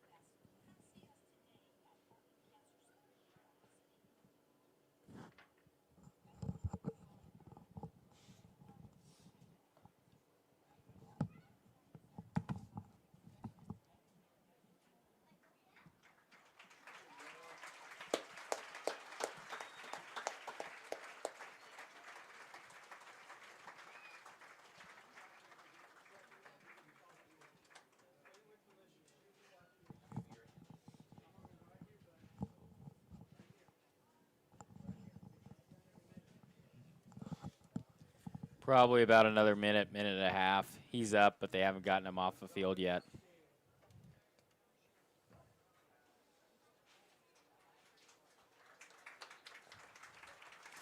And can you see his number, Dad?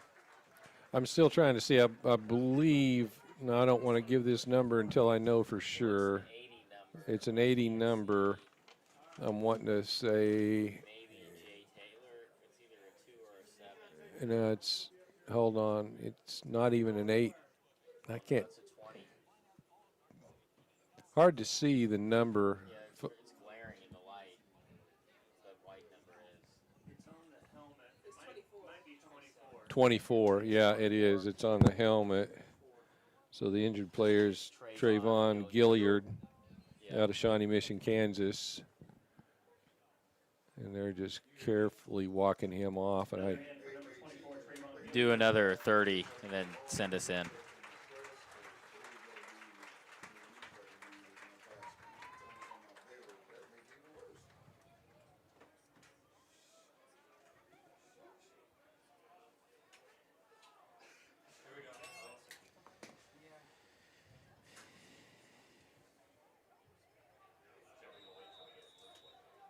Ball spotted at the 42-yard line, 1st and 10, Broncbusters.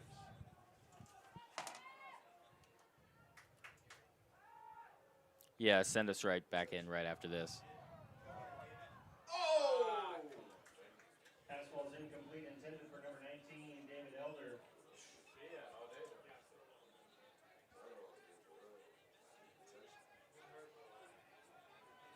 No gain on the play. 2nd down and 10 from the 42-yard line.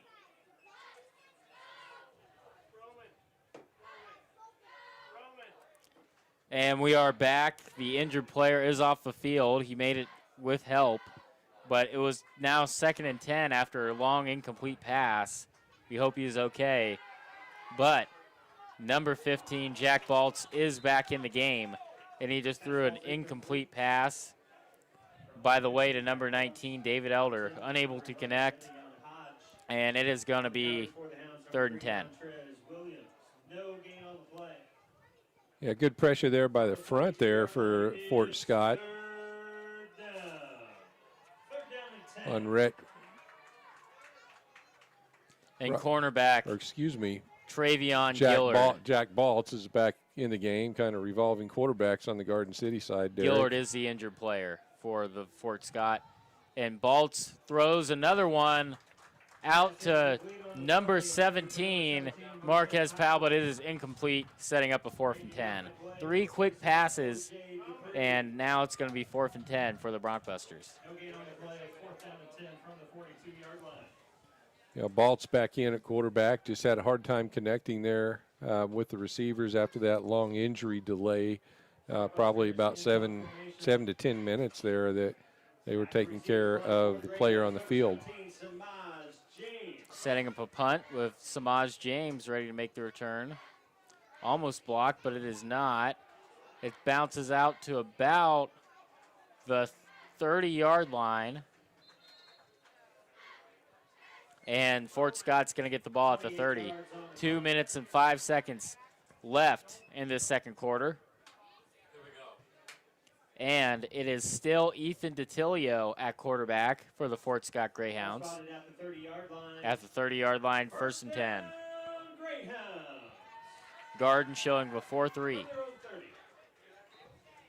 Spread for the Greyhounds. DiTilio takes the snap.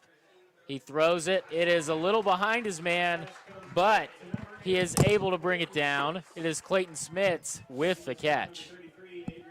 And it is going to be about 2nd and 2 on the play. Get in that hurry up. DiTilio gets ready. He drops back. And it is broken up by number 5. It is Chris Smith breaking up the play. No gain, bringing up a 3rd and 2.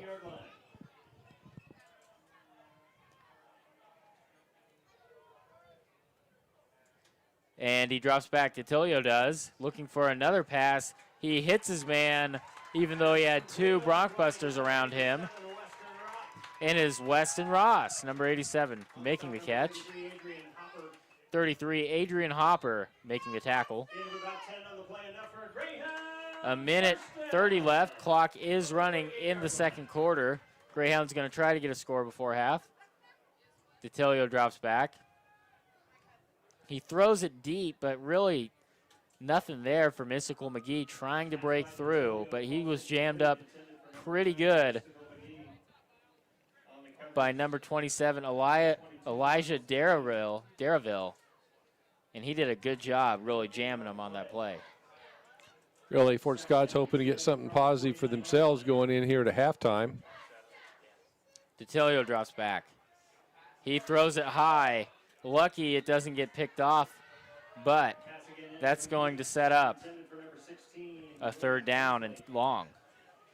Let's try and set up a middle screen there, Derek, that was well read by the middle linebacker for the Broncbusters and brings up a 3rd and 10. Yep. And DeTilio drops back. Again, almost picked off. Not the best throw. Almost picked off by Chris Smith, but it was over his head. And not a good throw by DeTilio. And that's going to set up a punting situation with 1:08 left. 4th down and 10 on the 49-yard line. But it doesn't look like they're going to punt. Maybe it's a trick. They're going to try to get a hard snap and then a timeout. If they don't, they drop back. They throw it, and it was nowhere close. Another ill-advisable throw for Ethan DeTilio. And that's going to bring up a turnover, and Garden City's going to have a chance to score again with 1:04 left. Yeah, that pass was, I think there must have been a fingertip on it or something because it kind of started sidewind spinning as it was headed basically to the turf. So I didn't see who might have got a finger on that, but good job there at that time by the whole Garden City defense. And in for the Broncbusters at quarterback, it is number 15. And he has a man open. Oh, but he drops it. Jack Baltz makes a pass to Marquez Powell, and he was wide open near the end zone, but he bobbled it and eventually dropped it.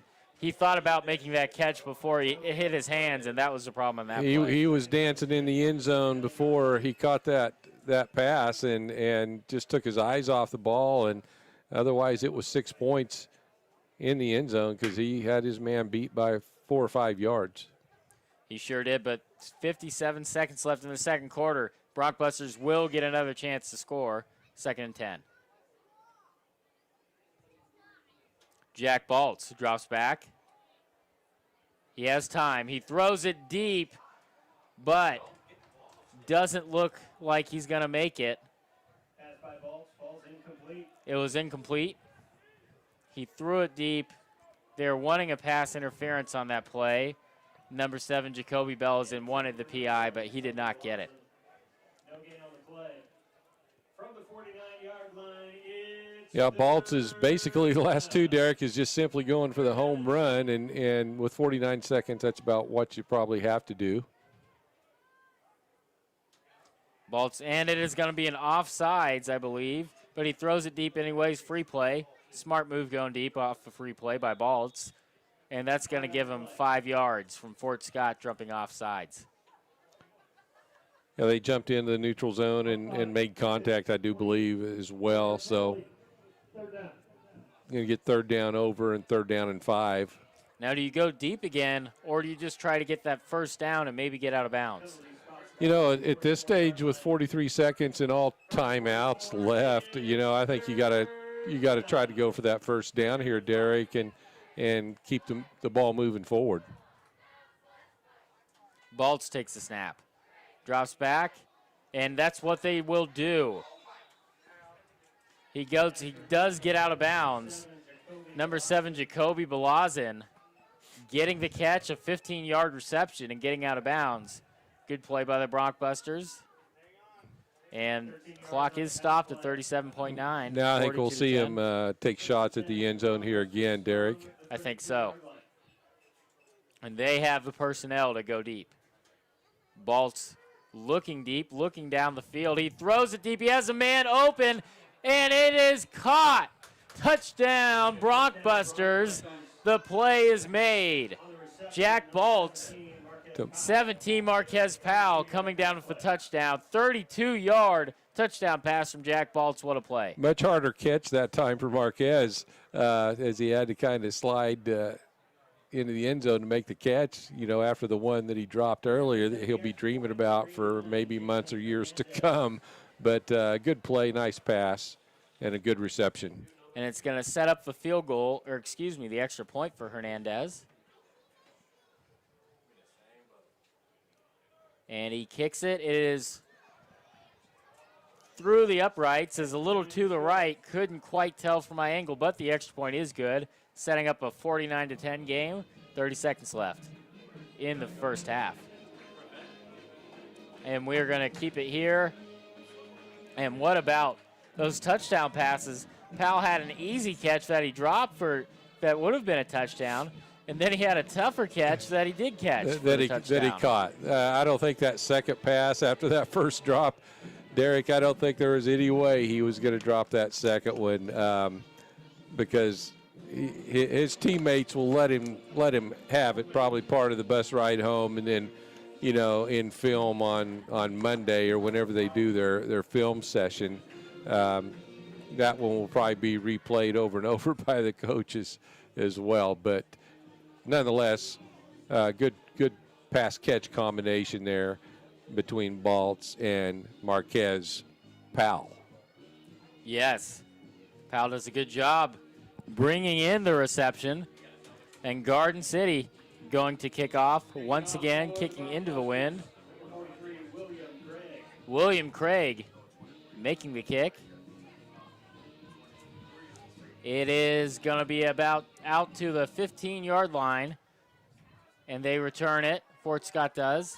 They get brought down around the 24 or 25. William Hensley with the return. Going to be about a 15-yard or about a 10-yard return for Hemsley.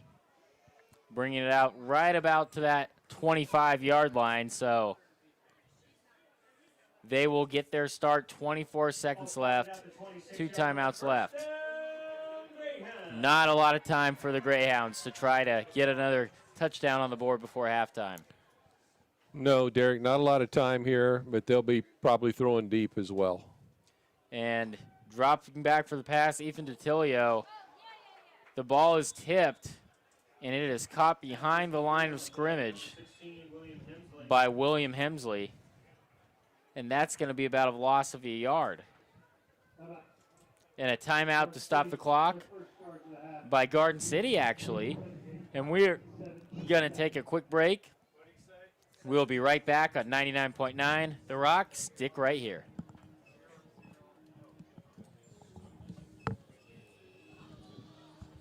What, 30 seconds? This is the only one?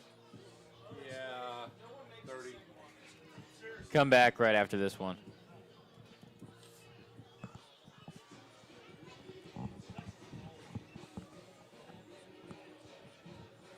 I'd do a minute, like, after touchdowns, 30 seconds, like, on timeouts and stuff, And we are back. I am Derek Dar here with my color man, Jeff Dar. 2nd and 11 with 17 seconds left in the second quarter. It is a handoff to number 16, William Hemsley. And they get a loss of maybe 2 yards on that play, and I think they're just going to let time run out and head into the locker room. But the clock does stop at 2 seconds. And looks like Garden City is actually taking the timeout. And we are going to take, actually, we're going to stay right here. It's going to be a very short timeout, folks. So Garden City taking 2 timeouts. What's the strategy going into that? You know, I'm trying to running that through my head right now with 2 seconds to go. And I don't know why they put 8 seconds back on the clock. It is second down. I'm not sure. My only thoughts right now, Derek, are maybe the coach wanted to get them together and just say, as we break for halftime, guys, you're going to get your tails over here to the sideline, and we're going to go in the locker room together, and he does not want any shenanigans or anything that is going to cause, another unsportsmanlike or something like that. Sure, very chippy play here in the Jayhawk Conference. It is a tough conference, and it brings a lot of that out of a lot of teams out here. From the 25-yard line, 3rd down and 11. And DeTilio just hands it off. They're just going to go. And he gets blown up, gets suplexed almost. Hensley, the ball carrier. And that is number 8, Darius Johnson, taking Hemsley to Suplex City. Yeah, Matthew Purnell there on the carry. I think that's his first carry of the game, and probably not what he had envisioned for his first carry of the night. Another quick timeout here. 4 seconds remaining. And it's going to be 4th and long, 4th and about 15 when we come out of a timeout.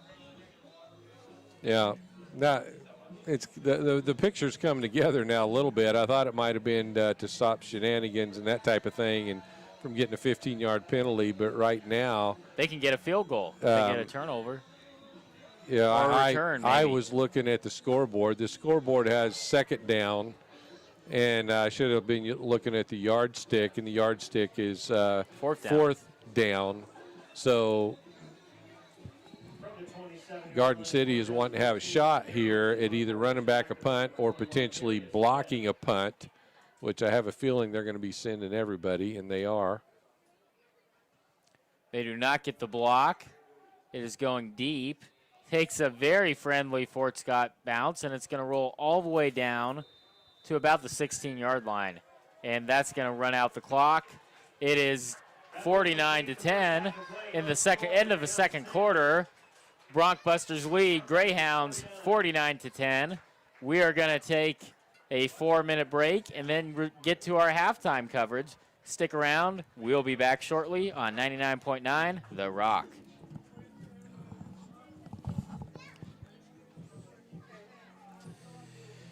I'm going to pull up other scores here for the Jayhawk. Okay.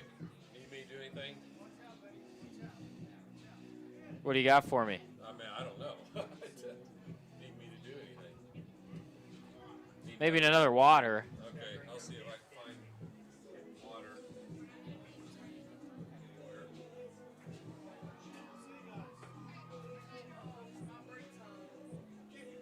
Got about 4 minutes. I'll see if I can find water somewhere.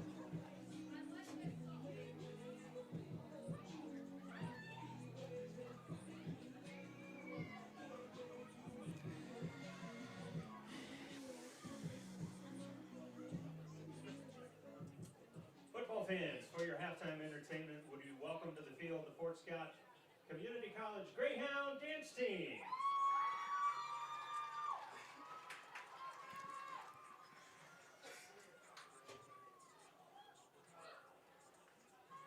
Ladies, your music is on.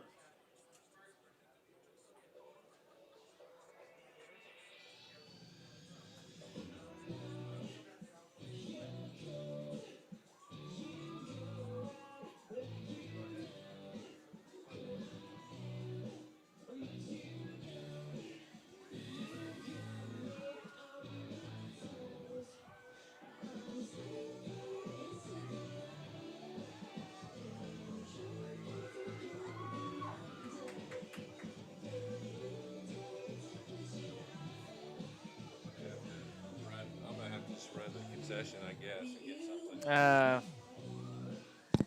If you want. That can take 5 or 10 minutes. Can you handle it? Or, I mean, dude, that's the only way I can get you water, I think. Yeah. You go ahead and do that. All right, because I'll stay, but if you need me here, I do whatever. You're the boss. All right. You want water or Sprite or something? Huh? Water or Sprite or something? Sprite will be a little better for the throat.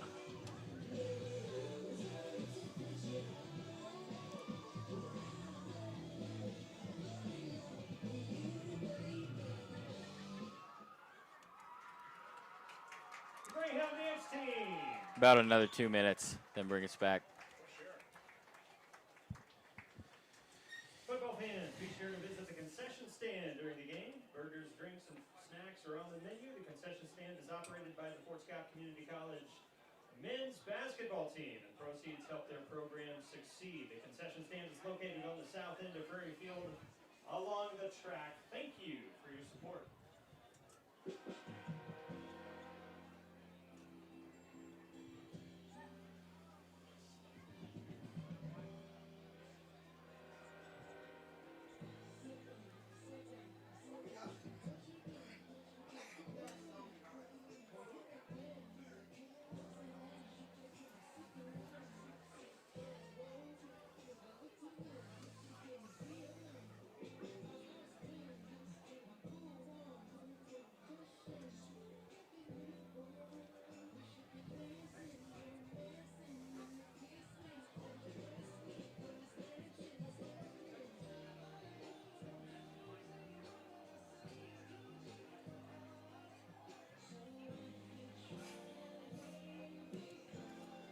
Have this be the last one, then go ahead and bring us back.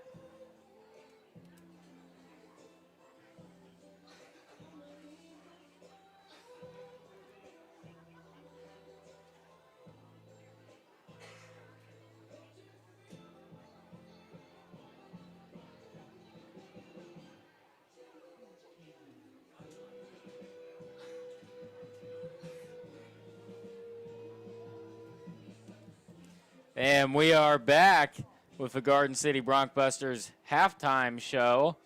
Score is 49-10. It was a chippy first half, to say the least. Several penalties from both teams, unsportsmanlike, false starts. We had it all.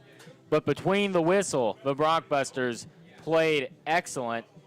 And I'm going to give you guys some stats from the game. We have 49 points. We had a 2-yard run by William Knight. We had Davion Hodges. We had a David Elder 20-yard pass from Jack Baltz as some of the highlights of the game.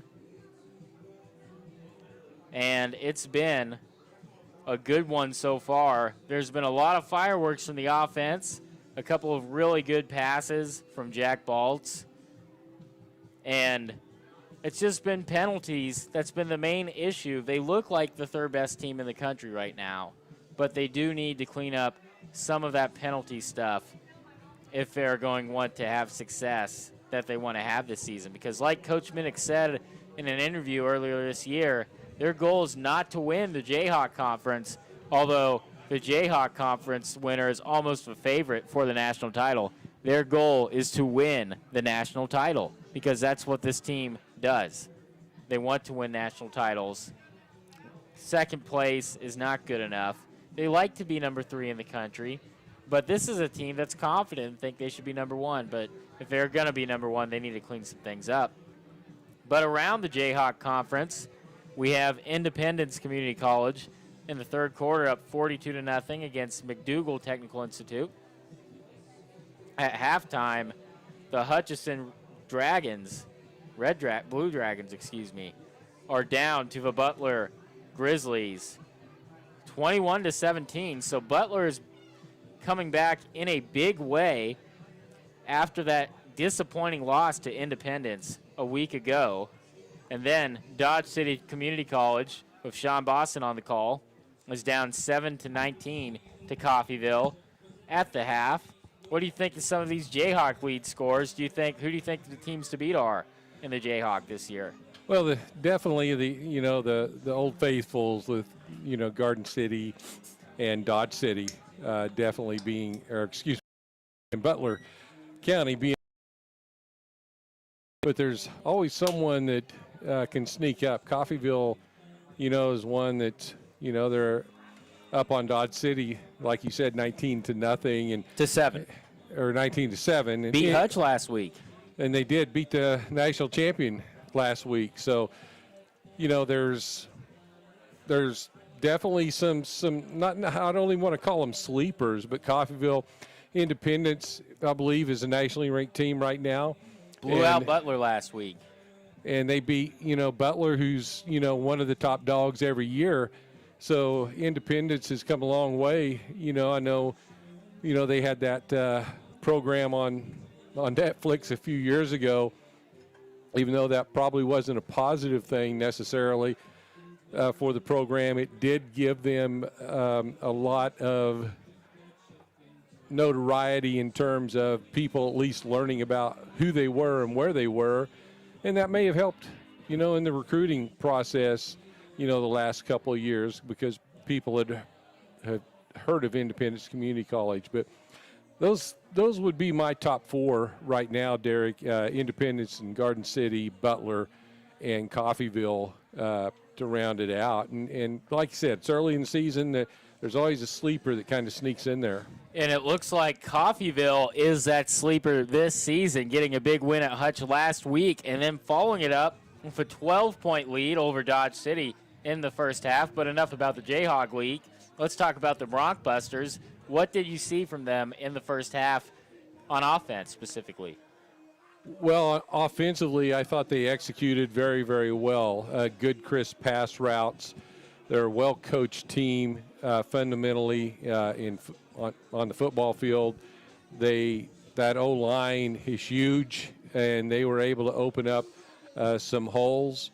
They did pass well. They alternated quarterbacks a few times to give different looks. And also early season, first game for Coach Minnick with this group. It's a new team every year, basically, and he's wanting to look at different quarterbacks. Saw 3 different tailbacks, and all 3 looked really, really good. Good receiving core as well, so they have the makeup to potentially be, one of those national championship contenders. But on the flip side, saw a lot of ugly stuff out there too tonight that they need to clean up this second half. I doubt, Derek, that there's a lot of happy words coming out of the coaches' mouths here at halftime because of their disappointment in the number of penalties that they've had, mostly being unsportsmanlike. So I hope we can see that cleaned up here in the second half of football. And defensively, unfortunately, that's where most of them came from. Not all, but most of them came from the defensive side, and that's got to be cleaned up. But look for that element of the game to be much different in the second half. I know it's chippy, first game for them, second game for Fort Scott, but we'll see how they do in the penalty category this second half. And it's not very often that you see a team with a 49-10 lead going into half, and you don't think coach is very happy at halftime. But what do you think the offense did that allowed them to put 49 points on the board? Well, they just moved the ball down the field, and part of that was, again, their defense, even though they had a lot of 15-yard unsportsmanlike penalties, which are uncalled for anytime. The defense put them in good position with some key turnovers. They had possessions early on the 10, the 20, and the 30-yard line for field position, and that's the Fort Scott 10, 20, or 30. So they were able to take all those in for scores. And then they did a good job of just marching the ball down the field, getting first downs, mixing it up between the run and the pass, highlighting those tailbacks that they have that are, all 3 pretty good ball players that, have a pretty bright future. So I think if they continue that, the second half is going to probably go about like the first. And those running backs, Devion Hodges, William Knight, and Dedrick Talbert, we haven't seen a lot of playing time from Dedrick Talbert. He really just had that one successful drive. And obviously, you got so many good options. Do you think it's more that? Or do you think it was maybe an injury concern? He's limited, or? Well, I'm not really sure. With Devion Hodges, looked really great early. I don't know if there was any type of injury. I did see him later in the game, so if there was any, it wasn't serious. I think it was just probably a matter of Coach Minnick really wanting to take a good, solid look at all three of those running backs, where Hodges is a redshirt freshman, and then Talbot, I don't know. Talbot's actually not even on our roster. Yes, he's a sophomore.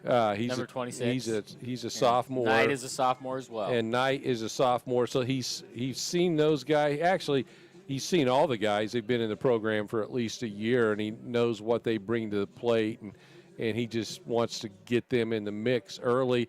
And especially a night like tonight, Derek, it's still at 9 o'clock at night. It's still 90 degrees here in Fort Scott, so it's still pretty toasty up here in the press box, but it's also pretty toasty down there on the football field. But there is a nice little breeze coming from the south that's had a little bit of an impact in the game. But kickers right now are working on their field goals from the 50 here at halftime, and trying to kick 60-yard field goals. And we've seen a bit of two different looks at quarterback. The starter, Jack Ballitz, he's played well, but we've also seen Reisdorf get some time as well. You think he's just taking the time due to the large lead to evaluate both guys? Oh, I think that's exactly what's happening. I don't think it was from anything that Baltz wasn't doing, but they are both, Derek, they're both true freshmen. And with Baltz being a Birmingham, Alabama native, and Reisdorf being a Show Low, Arizona native, and I think he's just taking a good look at both of them. I don't know if he's just looking to see who maybe steps up and shines above the other, or if he's just going to plan on a two-quarterback system, which you see at this level every now and then, not real often, but we've seen it at the Division I level, and I'm sure it probably happens more at this level. And what do you think? Coach Minnick is from Arizona, so he probably knows people who've seen Reisdorf play a lot more. Do you think that's why Baltz has gotten the majority of the reps, or do you think it's because he's earned that starting position? I think it's probably because he's earned that starting position. That coming out of camp, he was probably their number one quarterback. You'd have to ask Coach Minnick that for sure. But in a game like this, especially, it's a good game where you can get guys out and evaluate them and just see who really fits your scheme and your offense at this moment the best. And both of them, at least by evaluation of one half, I don't think either one really stood above the other. They both performed pretty well. And they have both played well. 49 points. About 5 minutes till halftime will resume. And what do you think Fort Scott needs to do? You're probably not going to win this game playing number 3 in the country, 49-10. What's really the game plan being in a tough spot like this heading into the second half for a team? Well, Fort Scott, at halftime, the coaches are probably saying, all right, guys, we've done some good things. We've done some things that weren't so good out there. We need to go back to execution and fundamental football and really work the things that have been working for us and try to highlight those this second half and really take what the defense may give them and not to panic, not to worry about the score, but to try to go into this next week with, some positives. Next week it doesn't get any easier as they are at Indy on the road. So, they need to go into that game with some positives here in the second half. And it's really bringing momentum into next week. Really the only thing left to play for when you're down 49-10 at half against an elite team. But yeah, even with a loss, if you end this game on some positives, it makes your week go a lot better in practice. The guys believe in you. They believe in the coaches.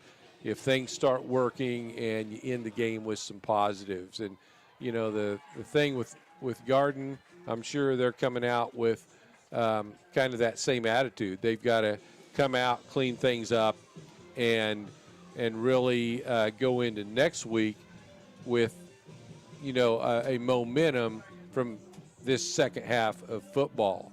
Next week, Garden is again on the road at Highland, and both of these are long, probably about 6 to 8 hour road trips. You're probably about 8 hours by the time you stop and eat, and that's a long time on a bus, a couple weeks in a row.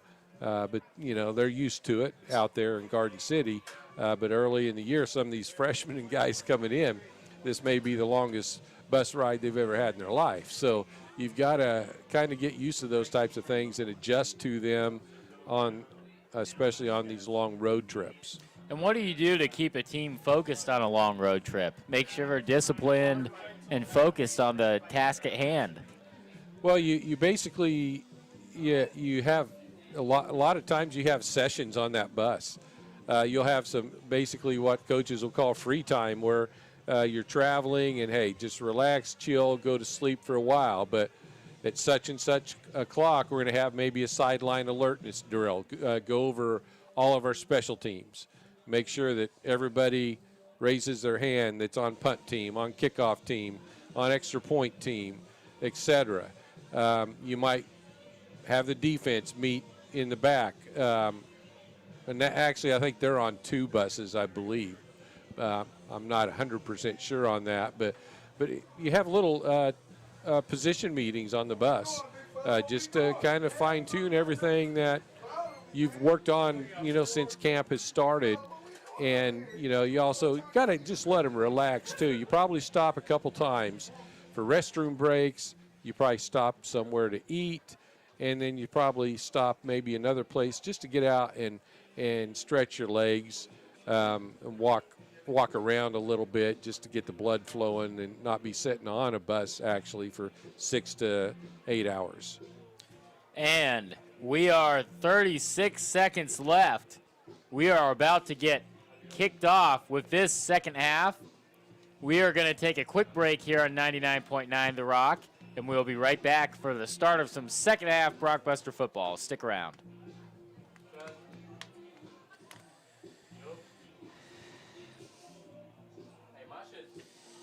Oh, man.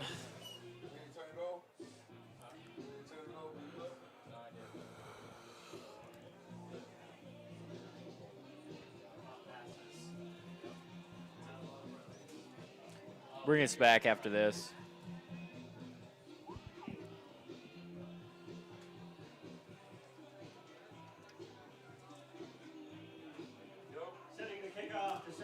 And we are back with some Broncbuster football.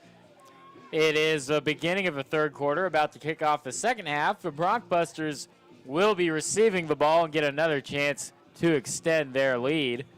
We have Gage Thues kicking off. And then Garden City is getting ready to make the return. One man back. And it is about the 15. He catches it, get a running start. He's out to the 40 about, and a flag is on the field. And it is Keelan. There is no foul on the play. Oh. Looks like they're going to pick up that flag. Maybe the refs are hoping both teams will turn over a new leaf for the second half with the penalties. Yeah, they definitely got their workout throwing those flags that first half, but my guess is they were probably all necessary and called for. Rhett Reisdorf gets the start of the second half. He'll be dropping back in the spread for Garden City. And he hands it off to number 11, Devion Hodges, the starter. But they have quite a talented trio of running back folks. It is Hodges starting it. He gets about 4.5 on the play. Reisdorf throws it. He has a man open. He makes it out to about the 50-yard line, about a 13-yard catch. and Martell Singleton, excuse me. And that's going to be another Broncbusters first down. Gain of 11 on the play. Reisdorf drops back, 1st and 10. Hands it off to Hodges. Hodges is going to get about 4 or 5 as well. A good start to the drive for the Broncbusters. Keenan Hayes making the stop for Fort Scott. Only a gain of 3. 2nd down and 7 from the 44-yard line. Reisdorf getting ready to drop back. Takes a snap. Looking to pass. He throws it deep. He has a man open, and he catches it, and it is a touchdown. It is 19, David Elder getting the touchdown reception again. Great job by Elder getting open and then bringing it down in the end zone. Boy, Elder just basically kind of snuck by the deepest man in the secondary, running a post route or somewhat of a post route, kind of a Z route, but a deep Z route, and caught the ball and scored. An Phoenix, Arizona product. Las Vegas, Nevada product. Hernandez getting ready for the extra point to try to extend the lead to 46. It is blocked, though, and they can pick it up and take it for a 2-point conversion, and he is at the 40. He is at the 30, the 20, but he's going to maybe get caught, and he gets brought down. They will not get the 2-point conversion by Fort Scott, but it was quite the run from number 8, from Demetrius Wilson. He got down inside the 5 to about the 4-yard line. Ran out of steam a little bit. And Garden City was just fighting their way to try to, make sure he didn't get that 2 points. And that leaves us at a 55-10 here in the third quarter. Still 13:47 to go in quarter number 3. And at least something positive to take away from that drive, but it was a quick strike from the Broncbusters. Yes, it was. In beautiful pass. Oh, fantastic by pass. Reisdorf. And David Elder, 5'9", 185, is not one of the bigger guys out there on the field, but has a lot of quickness and good speed, and he's a good route runner and makes things happen. I can see why. William Gregg about to make the kickoff. This time, kicking with the wind. I expect another touchback here. And Broncbusters getting ready to kick off. Well, their kickoff team is definitely getting a lot of work tonight, so probably a lot of younger guys on that get a shot to get some good playing time. It is deep once again outside the back of the end zone, and it is going to be a touchback. The Greyhounds will get to take the ball from the 25. And what does Fort Scott need to get a little momentum going into next week? Well, really, they're going to be tempted to go for the home run just about every other play, but what they really need to do is just try to play first down football and try to go into next week with some positives. Garden City may have something to say about that because defensively they've been really, really good all night long. Garden City in that 4-3. It is for the Greyhounds. It is number 12, Reagan Davenport, back in at quarterback after getting benched earlier in the game. Yeah, and again, that might have been just a kind of an early season 2-platoon system for Davenport and Delidio. So we'll see if they both kind of share some time here in the second half as well. His offense just jumps off sides. And another penalty. It's been a rough game for both teams. A false start penalty-wise, and it's a false start for Fort Scott. We've talked about Garden City's penalties, but Fort Scott's had just as many. Yeah, and Fort Scott hasn't had as many of the big ones, the 15-yard unsportsmanlikes, but they've had a lot of the little ones, the 5 yards offsides and just things like that. Davenport makes a screen pass, and he's going to get about 8 on the catch. Clayton Smits getting the catch.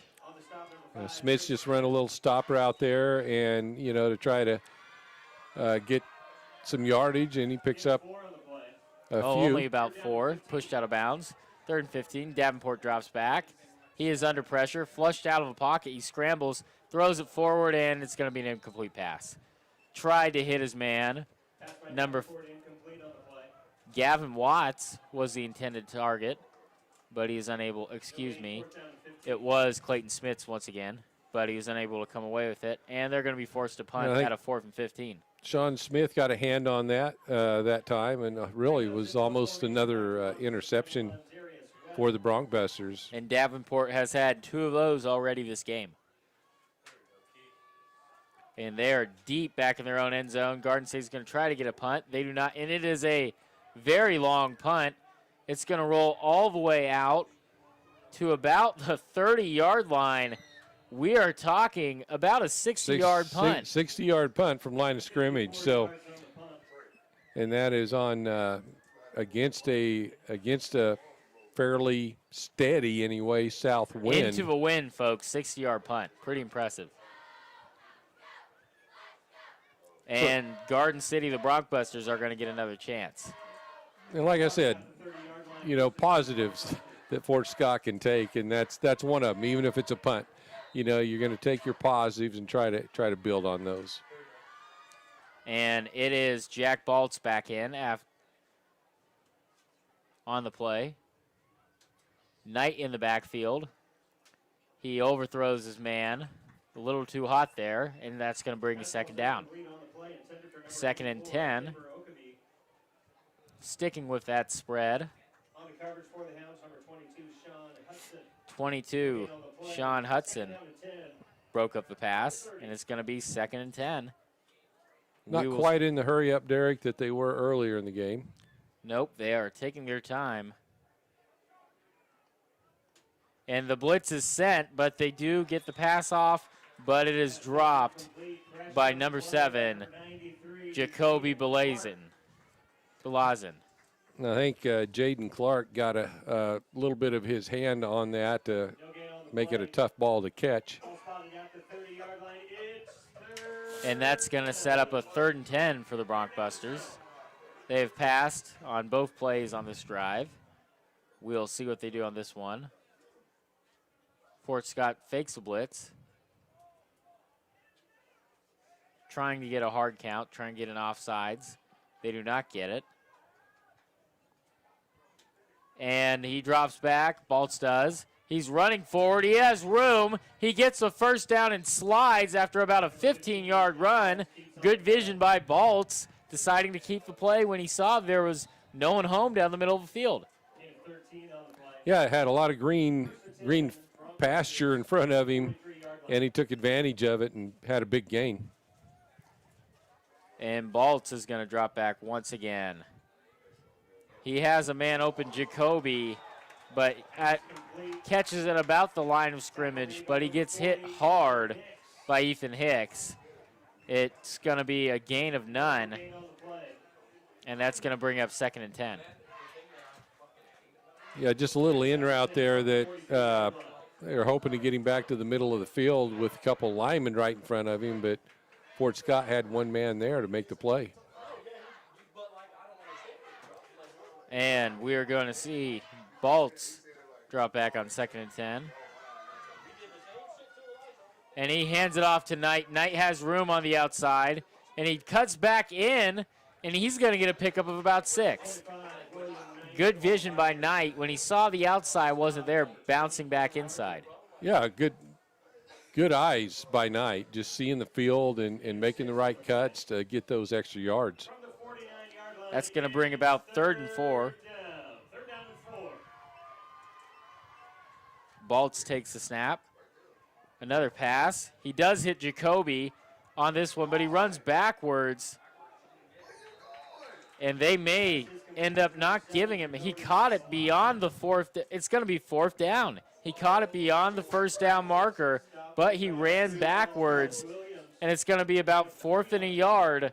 A mental error made by Jacoby in that situation. Yeah, he had a first down there, Derek, and decided to try to run backwards to find another lane, but should have just kept going north and south. But they're going to go for it. They're confident in their offense, and rightfully so. Jack Baltz. And it's going to be, looks like a sneak, a direct snap. Baltz was more of a decoy. Did they get it? They're lining it up there. I think they do have it. Kind of a unique play where Devion Hodges was in motion, then he stopped behind the center and took the snap while Baltz was, in his regular shotgun position, took the snap, and Hodges took a quarterback sneak and got the first down. And that's another Broncbusters first down. Baltz drops back for the pass. He has a man open, and he catches it. About a 15-yard pass. And that's to number 84, Favor Okafe. And that's a great catch. Gain of 12 on the play. 1st and 10, Broncbusters. On the 29-yard line in Greyhound territory. And another pass is complete. Going to be a gain of about 5. Shawnery Charles making the catch. And 22, Sean Hudson making the stop. Yeah, just that little stop route. I'm not sure what Garden City calls it, but a little stop route, and then you have your inside guy come out and block on the corner, and very successful with that tonight. And he fakes the handoff tonight and makes the screen out to Hodges, and Hodges breaks the tackle after getting hit hard, and it's all he can do to make it back to the line of scrimmage. And they're actually going to bring it back a yard, making it about 3rd and 6. Yeah, lost 1 or 2 there, but, he did a good job of making an effort to get back to as close to the line of scrimmage as he could, because he got hit about 5 yards behind the line of scrimmage. From the 26, it's 3rd. And they're on the 26. Going to be 3rd down. Fort Scott wanting a stop here. And Baltz lined up in the spread. Takes a snap, looking for the pass. He has a man open. It's a little high, but does hit the receiver, Favor Okafe, in the hands, and he drops it. That's going to set up a 4th and about 6. Just a little high, mistimed route and pass that time. From the 26-yard line, it's 4th down. 4th down and 7. 4th and 7 there, going for it. Baltz drops back to throw it. And he's just going to scramble once again. He slides. He may have slid a little too soon. And is it a turnover? He had room to get that first down, and he made the decision to slide a little early. And that's another first down Garden City should have had that they came up short on. Yeah, that's I think Derek, on downs. I think he just kind of lost where he was. I think he thought he was sliding for a first down, but he had one more line to get across to make that happen, and ended up turning it over on downs. Yeah, going to need a little better situational awareness, but it can be tough in that spot. And we have Reagan Davenport driving back for another pass, and it's going to be incomplete. Looking for Clayton Smits. He's targeted Smits a lot in the second half. Yeah, ball was just thrown a little bit too high for anybody to get a hold of there, and brings up a 2nd and 10. And these teams like to pass. I expect another one from Davenport. He does drop back for the pass, so pressure is on. He just has to throw it out of bounds.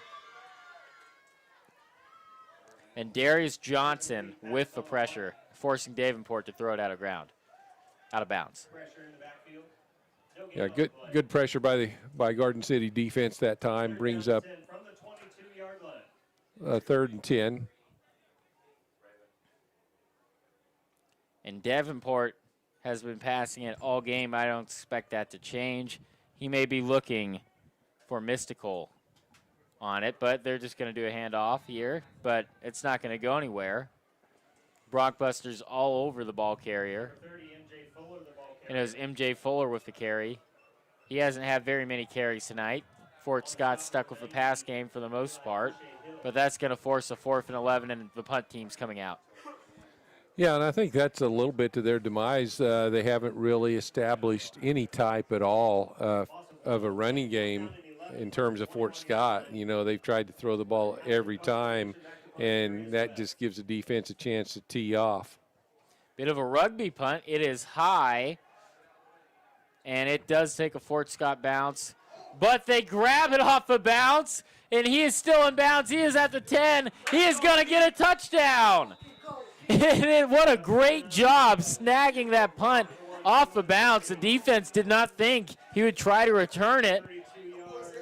That's usually one of those punts, Derek, that you call out. Every team has a code name, and, you know, to get away from the football, you know, because you don't want it to hit someone, you know, it's in that spin cycle of where everybody's at on the football field.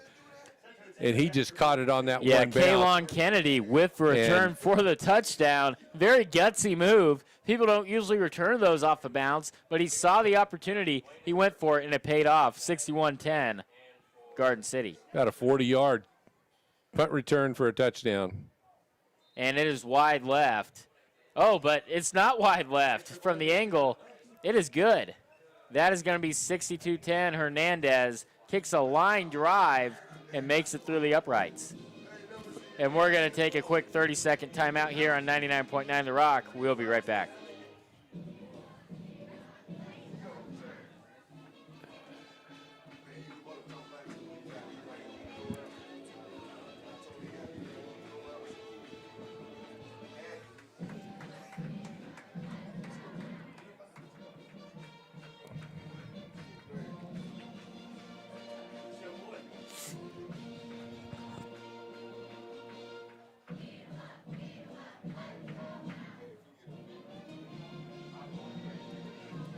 And we are back with some more Broncbusters football after a great return. It is 62-10. The Broncbusters are leading in a big way, and we haven't seen the same mistakes. Although they played great in the first half, they did have a lot of self-inflicted penalties. They've cleaned it up in the second half. Well, they have, Derek, and that's one thing I mentioned at halftime during our halftime report was that I would imagine it wasn't a happy locker room at halftime because of those penalties. And so far this second half, Garden City has done just that. They have cleaned it up and hope to see that continue. And it is kicked deep there. Going to return, but he fumbles it, but he ends up coming away with it. But he breaks loose. He's out by the 30. It's going to be brought down at around the 38-yard line. It was Samaj James making the return. And it was about a 27-yard return, by Samaj James. And the Greyhounds are going to get the ball at about the 37-yard line, 1st and 10. Going to try to get some momentum going. It has not been a good second half for the Greyhounds so far. They do have good field position now, though, to start off. But again, they have 2 men in motion that time. So we're going to see a penalty. Again, how many drives have they started off with offsides or another false start? A false start or Fort something Scott. Of that nature. It's been quite a few tonight. Not to be harsh, but it may be some of the most false starts from Fort Scott I've ever seen from a team in a football game. Yeah, there's been a bunch. It is a lot. And that just starts, you know, football's made to go 10 yards to get first downs, and they put themselves in a 15-yard situation so many times tonight. It makes it really tough for your offense. Davenport trying to take the snap, getting some momentum going after the false start. We have a motion, and it's a blitz, and he gets swarmed, folks. Davenport gets sacked. About 3 Broncbusters were all over him. but let's say it was number 31, Fuafiva Tuafele, the linebacker, getting the sack. And Kevin Abrams was in on that as well, and About 3 Broncbusters were all back there almost as soon as he snapped the football. yeah, there was not a whole lot of blocking going on up front that time, Derek. No. Davenport backing up in the shotgun. Low snap. He scrambles. Once again, he gets pressured and he gets hit, but Davenport had already gotten the ball out. It was close. It was close, but it was a late hit on the quarterback. Yeah, it was I a don't late think hit. that was any bad intentions. He just got the ball out, and his momentum carried him into the quarterback. But it is a roughing the passer penalty. And that's going to be on the same man who just got the sack, Fuafiva Tuafele, number 31. And they're going to move forward 15 yards, first down, and really bail out Fort Scott. But Davenport really took a beating on that hit. Yeah, it was close, but he could have pulled up, and that's the big Right, difference sure. right there. Davenport throws a deep one, but it's going to be incomplete. A little bit underthrown there. Good coverage there by Elijah Duravi out of Miami, Florida for the Broncbusters. And Jay Taylor not able to come up with the pass for the Greyhounds. And it's going to be 2nd and 10. Davenport trying to get something going for this offense. It's going to be a handoff, or it's a fake, excuse me. And it's going to be actually a flea flicker, and Mystical catches it.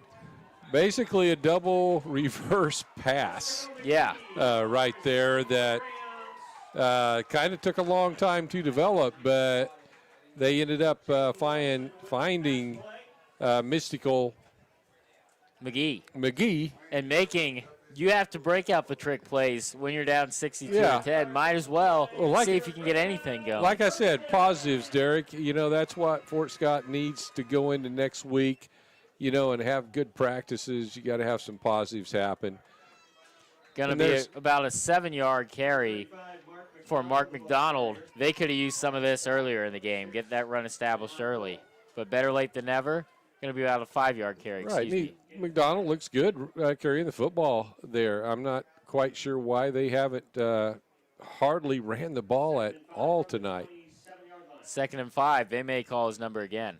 They do not. Davenport drops back for the pass to McGee and almost picked off, but McGee does a good job of breaking up the pass. It was Dwayne Harris almost getting the interception, but McGee did a great job of getting his hands in there and breaking up the potential interception from happening. Yeah, McGee basically had to become a defensive back there, Derek, and he did a good job of breaking it up and getting his hands in there to knock it away. Setting up the 3rd and 5. Greyhounds knocking on the door of the red zone. And not even close. I think the pressure was getting to him. Davenport could feel the pressure, and he overthrew his running back on that screen pass by a mile. Got just a little flare route out to the right, and he's got into that hurry mode just because of that great defensive front pressure that's really been happening all night long. Looked a little jumpy on that screen pass. Yeah. I think he's felt a couple of those hits the Garden City Broncbusters defense has put on him. Yeah, no doubt about it. But Gage Theus attempts a 45-yard. It is blocked, but there is multiple flags on the field. We will see what comes of that. They pick it up, and they're brought down. They did not blow the play dead, so I'm wondering what the flags were. There was some offsides on the part of somebody. I couldn't tell for sure who jumped off, either defensively or offensively. We were at an angle where I couldn't tell for sure, but they're all kind of bringing it back. So it's probably going to be Offside. Yep, on the offsides on the defense. defense. Result, the first down. But that's going to be an automatic first down on that play. Or no, not an automatic, but it was 4th and 5. So Davenport and company's going to get a chance to come out and try to get their second touchdown of the game. Right, just jumping off sides for the field goal, and instead they get a new set of downs here, so keeps that drive alive for Fort Scott. Davenport, 1st and 10. They're in the spread, 4 wideouts. He drops back, he throws it deep, looks a little underthrown. His receiver tries to come back to it. There is a flag, maybe a pass interference, although I'm not sure I agree with the call. Yeah, I'm wondering if this might be a pass interference against Fort Scott. Offensive pass interference. We will see here. It's hard to tell for sure. And they haven't moved the ball forward yet. I think they picked up the flag. No flag. Looks like they agree with me. No pass interference. They're just gonna, oh no. You know, I don't think so. I don't think so on that one. Pass interference on number 1, but yeah. regardless, it's tough to call a pass interference on a jump ball. Yeah. Because that's kind of the way it was thrown.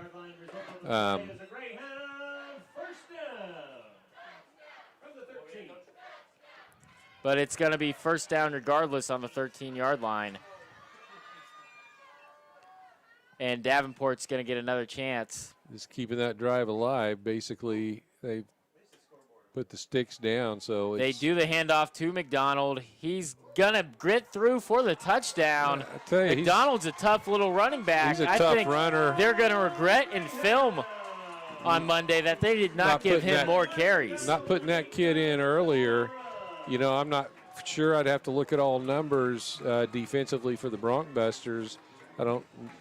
I kind of doubt their first unit completely is still back or still in the game, but I'm seeing some just looking from up here. Engage Theus going for the extra point, trying to make it 17 points on the night, and it is good. That's going to be 62 Broncbusters, 17 Greyhounds, but a good carry by McDonald. Again, you know, kind of an aided drive to penalties, but, you know, the penalties that time were football penalties. You know, you jump off sides on trying to be aggressive to block a field goal attempt and just trying to play good football on secondary coverage. I can live as a coach, I could live with penalties like that as long as they weren't too frequent. What I'm probably assuming coach is pleased with so far this half is they've cleaned up their act, and we're not seeing the unsportsmanlike penalties that transpired during that first half. But what do you think the Greyhounds are thinking? McDonald's getting them some momentum after getting hardly any carries most of the game so far. Well, you never know how a kid – we don't get to see practices. You never know how a kid practices during the week. And you get some kids that aren't great practice players, but the lights come on Friday night or on Saturdays or whatever they play nowadays, and they become kind of a superhuman, different type of football player. And 35 for Fort Scott. Mark McDonald, a freshman out of Columbia, Indiana, Columbia East High School, is showing some good signs of being a tough little back football player to watch. And the ball falls over. That wind's still a problem. He's kicking into the wind is Thues. You know those kickers, though, Derek, they hardly set that ball on the tee. It's got to be so pretty that, it's got to be just right. And yes. It is a short kick out to a 35-yard line. They catch it. He takes it out to about the 44-yard line. About a 10-yard return for Devion Hodges. And the Broncbusters are going to get a chance to show what they can do on offense once again. Again, good field position for the Broncbusters. Not as good as they had, for a good part of the first half, the 10, 20, and 30-yard of Fort Scott. But, I'd take getting the ball on the 44-yard line, my own 44. And we are seeing a new quarterback, Matthew Purnell, out there for the Broncbusters. We're going to see a bit of what he can do. He hands it off to number 36. That's Talbert again. Talbert, excuse me. 26, Dedrick Talbert. And he is 36. It says 26 on a roster. But Talbert gets back in the game. He had an incredible drive in the first half. And glad to see some more work done from Talbert, who gets about 4 yards on that carry. But it is tough to get carries in this offense when you just have so many studs at running back. And he takes off. He's going to get within 2 yards, and it's number 16, Matthew Purnell. He gets about a 6-yard scramble. That's going to make it a 3rd and 2. They don't have a lot of room on that visitor sideline over there, Derek, and every time someone gets out of bounds, there's not a whole lot of room between the track and the sideline and then the bleacher, so it all kind of is squeezed together there. Purnell ready to take the snap. He does. He hands it off to Talbert, who gets about another 5 yards, and that's going to be another Broncbuster first down. Yeah, Dedrick Talbert. Talbert's had some good carries tonight. Talbert is, a sophomore, 5'11", 220 out of Baton Rouge, Louisiana, and showing signs of being a pretty good premier running back in the Jayhawk. And between Talbert, Hodges, and Knight, you got quite the trio. They've got some backs, Derek, for sure. And Purnell takes the snap. Let's see if he can pass it, and he can, and he's going to get the first down off the pass. Well, like you said earlier, Derek, Coach is from Arizona, and you look at connections and the coaching network down there, and you look down their roster, they've got quite a few guys from the Arizona area on the Garden City roster. And it was Vontavious Hill with the catch. Purnell hands it off, or it's a fake handoff to Talbert, and he's going to scramble, and he breaks about 4 tackles to get the first down. Yeah. Purnell, also a freshman. Not only do they have 3 really good options at running back, it appears to be the same story at quarterback. Yeah, just run that zone read right there, and he kept it. Probably shouldn't have because the read wasn't quite there the way it should have been for the quarterback to keep it, but he's a hard runner. All 3 quarterbacks we've seen tonight can move the ball. And he hands it off to Talbert. But Talbert and Purnell, who I believe are number 3 on the depth chart each, they're both showing, hey, Coach, if you need me to get some reps, I'm ready. But you have great quarterback play from all 3 quarterbacks tonight and great running back play from all 3 running backs. But Purnell, 3rd quarter, it's going to be his chance as a 3rd stringer to show what he can do. Right, we're seeing a lot of different substitutions now. Yep. And Purnell completes another pass, and that's going to be another first down. And it's Freeman pulling down the catch. And it's going to be another first down for the Broncbusters. And in a blowout game like this, where you can get a lot of players in and see what they can do in real game time, how valuable is that? Oh, it's real valuable because you never know when someone later on might have an injury or get nicked or banged up. Purnell takes a snap, hands it off to Talbert. He has room. Does he get in the end zone? He does. But excuse me, that's not Talbert. It is Manus Freeman getting the touchdown. And that's a great carry by Freeman. The wide receiver getting a jet sweep, I believe. And that's going to be another touchdown for the Broncbusters, and Purnell has a successful first drive. Center attempt the extra point, number 89, Jason Hernandez. Jason Hernandez trying to get the extra point once again. Jason from Garden City, Kansas. He's been solid tonight. He's going to have to ice that leg tomorrow. He is getting his work in, kicking those extra points for sure.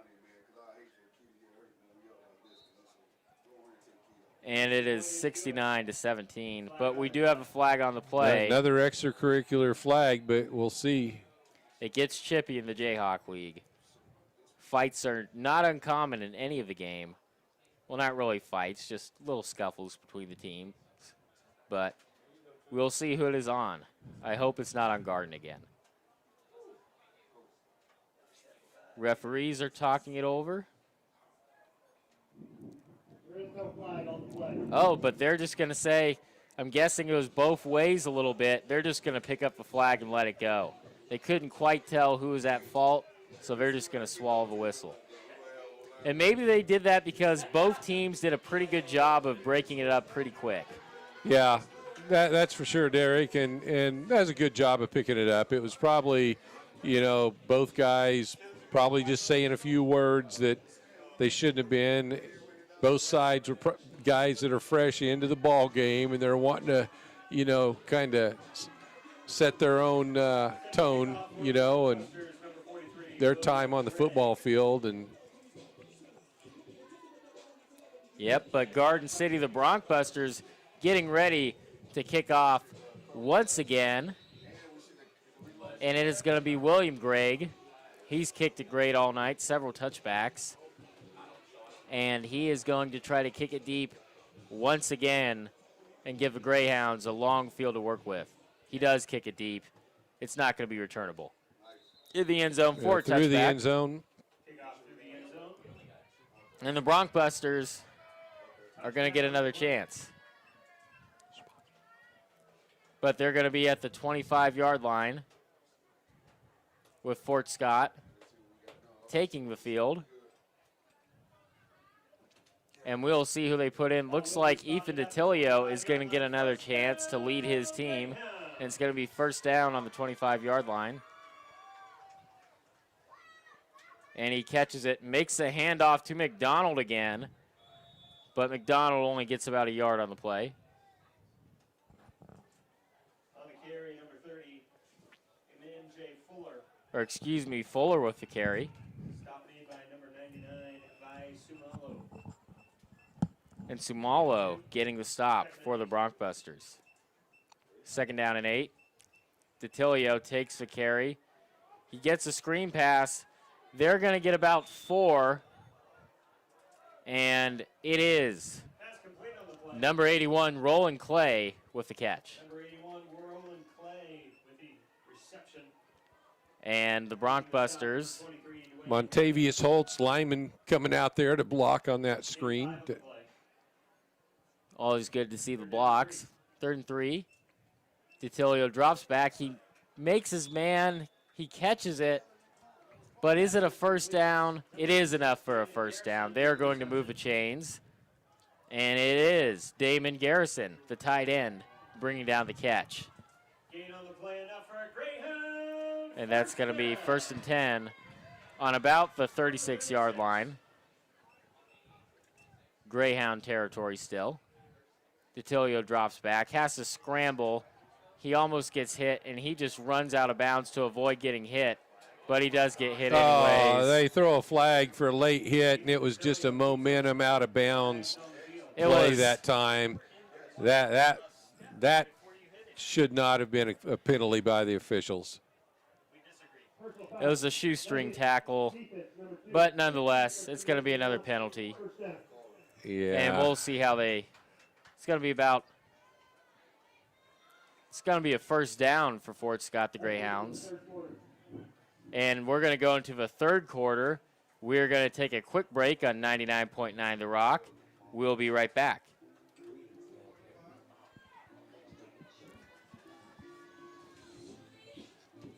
Fourth quarter. Huh?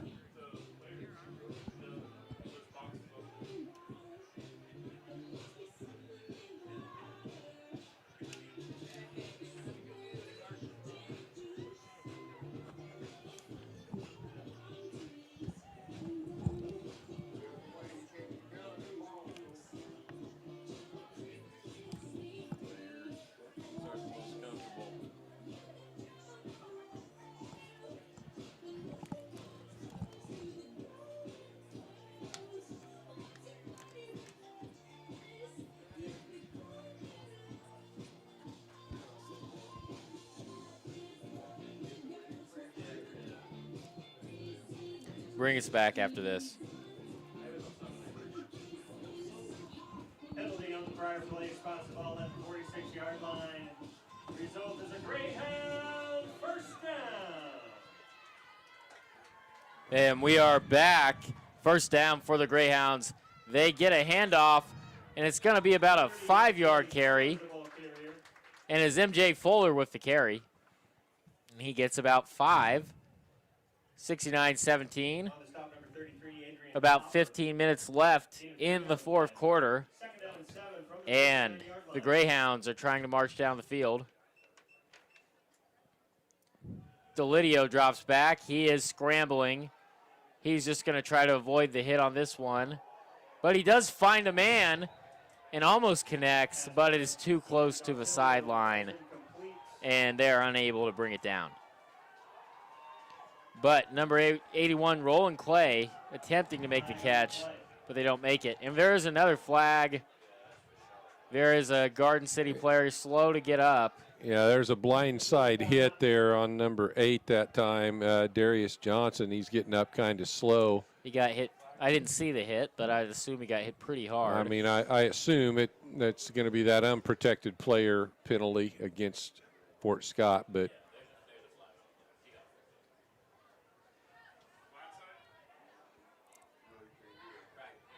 and we'll wait for word on the officials on what that is, but I believe I'll go against the Greyhounds.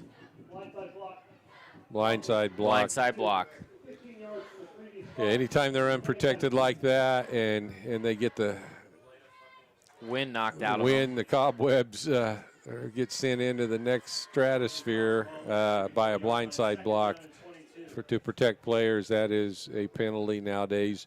Used to be on the highlight film back in the day, but you know, nowadays player safety comes first. High importance. And Delidio drops back. He gets rushed a little high, but the pressure had to do with that, I would guess. Yeah, right in there on the pressure was Tyrese Gibson. Tyrese Gibson. Battle out of Maple Heights, Ohio. Putting the pressure on the quarterback. Got third and a very about 23 yards to go. Give credit to Garden City for cleaning up the penalties for the most part in the second half. Still some penalties, but a lot less. Delidio drops back. He is going to try to throw it, and it's going to be picked. An interception made by the Buffaloes. It is number 32, Randy Robbins, coming away with the interception, and the Broncbusters are going to get the ball back on the offensive side of the ball and get a chance to extend this lead once again. And we will see who the Broncbusters opt to put in a quarterback. And it looks like it's Purnell back out there. Good job by Robinson out of Chandler, Arizona. Making that pick. Matthew Purnell in the backfield. He catches it, fakes the pass, but he does hand it off to number 28, Menace Freeman. And Freeman does a good job getting to the outside. Gets about, well, we'll see what they give him. Moving the chain. Thought it was about 4, though, but they'll give him 2. Looks like he went out of bounds a little sooner. But Purnell ready to take the snap. He does. He throws a quick pass, and he finds his man. Purnell has been very accurate tonight. He hits number 18, Demetrius Wilson. And a great job by Purnell. He's been real accurate tonight, hasn't he? Yeah, he has. I trying to think of an incomplete pass he's thrown. I don't think he has. And a gain of 11. First and 10 on the 27-yard line for Purnell. In Greyhounds territory, he drops back. He throws it a little high. I jinxed him, Derek. You did. Yeah, I did. We both did. Purnell fails to get it. No gain on the play. Going to set up a 2nd and 10 for the Broncbusters. But Purnell's shown something here in the 4th and 3rd quarter. Right, it's good they're getting a lot of guys some playing time and some good reps. That makes for a great week of practice. And Purnell getting ready to take the snap. They are taking their time. He gets it. He hands it off. Going to be to Menace Freeman once again, but it's going to be a loss of yards.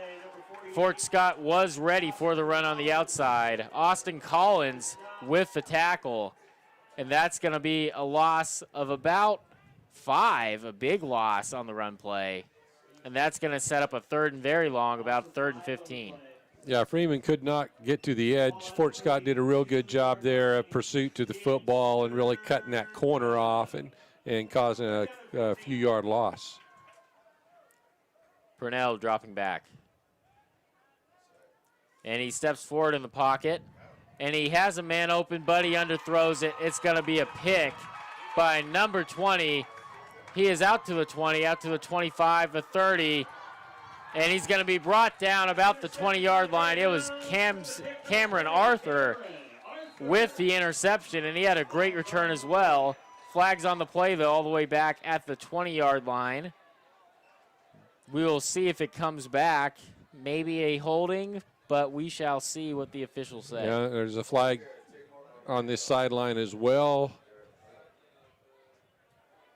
Flags all over the place. And it has been, flags have been flying this game.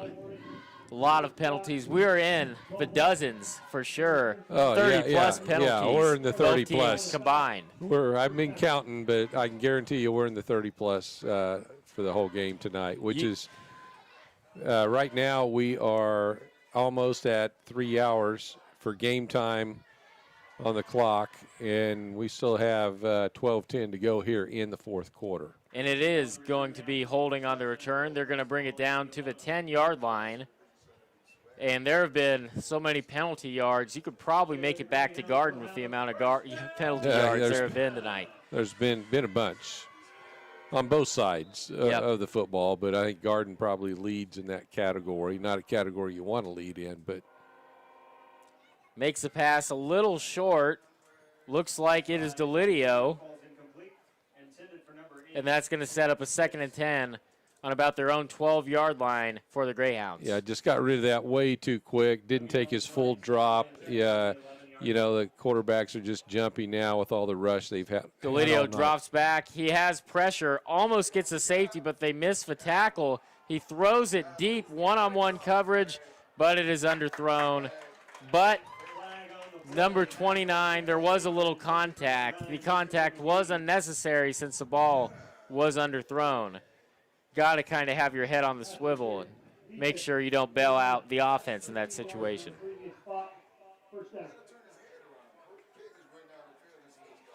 Yeah,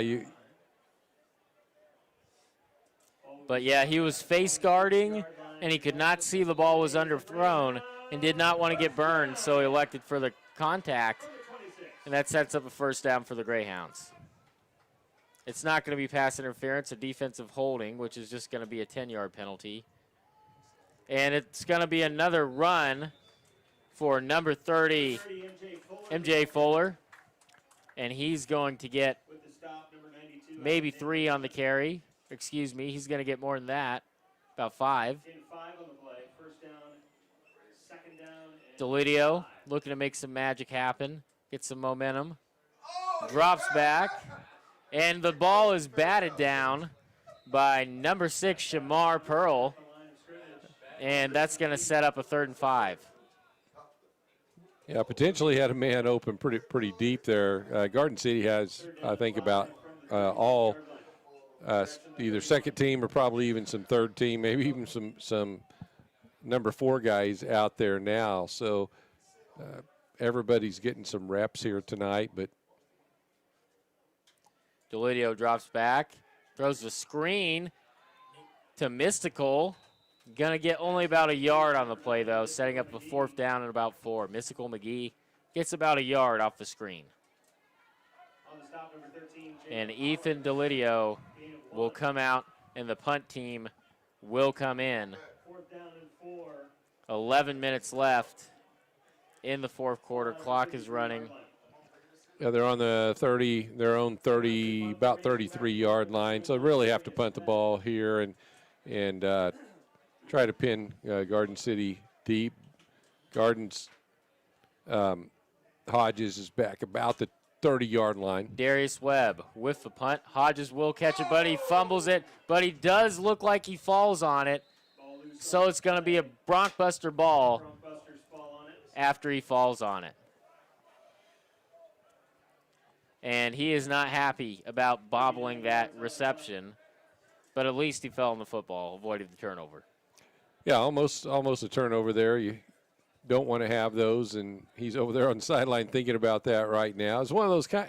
I hate to give him an excuse, but those are hard to catch. It was kind of an end over end type punt that was kind of low line drive, and if you don't pull that into your pads quick, it's one that can bounce off of you. Purnell is back out on the field. He takes the snap. It is going to be a handoff, a gain of about a yard, setting up the 2nd and 9. And 34, Martez Jones getting the carry. So they've had 5 running backs get carries tonight.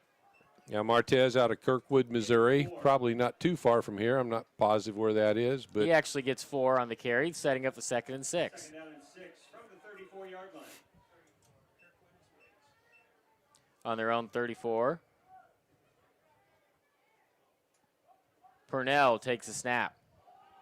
He throws it, but it's going to be a big hit. That is complete to Martez Jones, the running back. A screen play, but Fort Scott was well prepared. Yeah, just a little flare route out to the side there, but just was well read by Fort Scott's defense, and they made a good play for a few yards loss. A loss of 1. 3rd and 7. Purnell's going to try to keep his offense on the field during this 3rd down. And we do have a motion. The tight end moving into the slot position. But it's going to be a timeout for Garden City. And we're going to take a quick break on 99.9 The Rock. We'll be right back.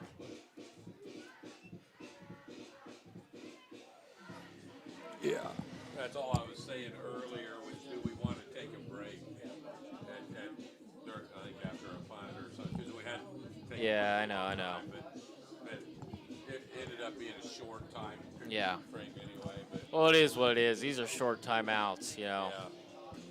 And we've played plenty of breaks through the halftime, Yeah. pregame, and all that. I don't know what your allotment is, and all I don't that. know. No one tells me we have one, so I just Try to get the go ahead, bring it back after this.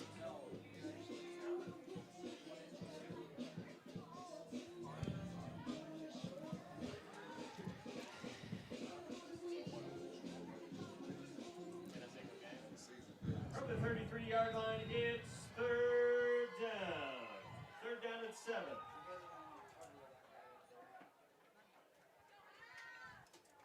And we are back. 3rd and long. Purnell has time, but not anyone open. He takes off and tries to get it himself, but it doesn't look like he will get it. Or maybe he does. It was a weird angle, but he did get the 1st down. Great run by Purnell, scrambling and doing it himself, picking up that 1st with no wide receivers open down on that play. Yeah, really good job. Showed some athleticism there, some speed there. Once he saw that there was nothing open, but secondary did a good job of covering the pass, but left some lanes open. Purnell ready to take the snap. 1st and 10 on their own 40. Almost bobbles the snap, which leads to a bit of a bad pass. Had to rush it. And it's going to be 2nd and 10 after the overthrown pass. The attempt was made to number 82, Keyshawn Buckley, but it's going to be 2nd and 10 for the Broncbusters. Yeah, just rush that a little bit. I actually don't think he even had the laces on the football. Nope. He's just trying to rush it and get the timing, but you can't do that. Good snap, too, by the way. He just bobbled it. Yeah. And Purnell takes the snap this time, and he gets stripped of the ball on a sack, and it is going to be a touchdown for Fort Scott, excuse me. And that's going to be number 94, Amari Little, getting the touchdown for the Greyhounds. And that's going to make it 23-69. And they will attempt the extra point. And just not, Purnell's played well till that point, just did not do a good job of protecting the ball when he saw the pass rush coming. Yeah, I don't think he did see it. He kind of came in, Little came in from his blind side and basically came in untouched, knocked the ball loose, picked it up, and Theus attempting the extra point. And it goes through the uprights, and that's going to make it 24-69. We're going to take a quick break on 99.9 The Rock, about 30 seconds. We'll be right back.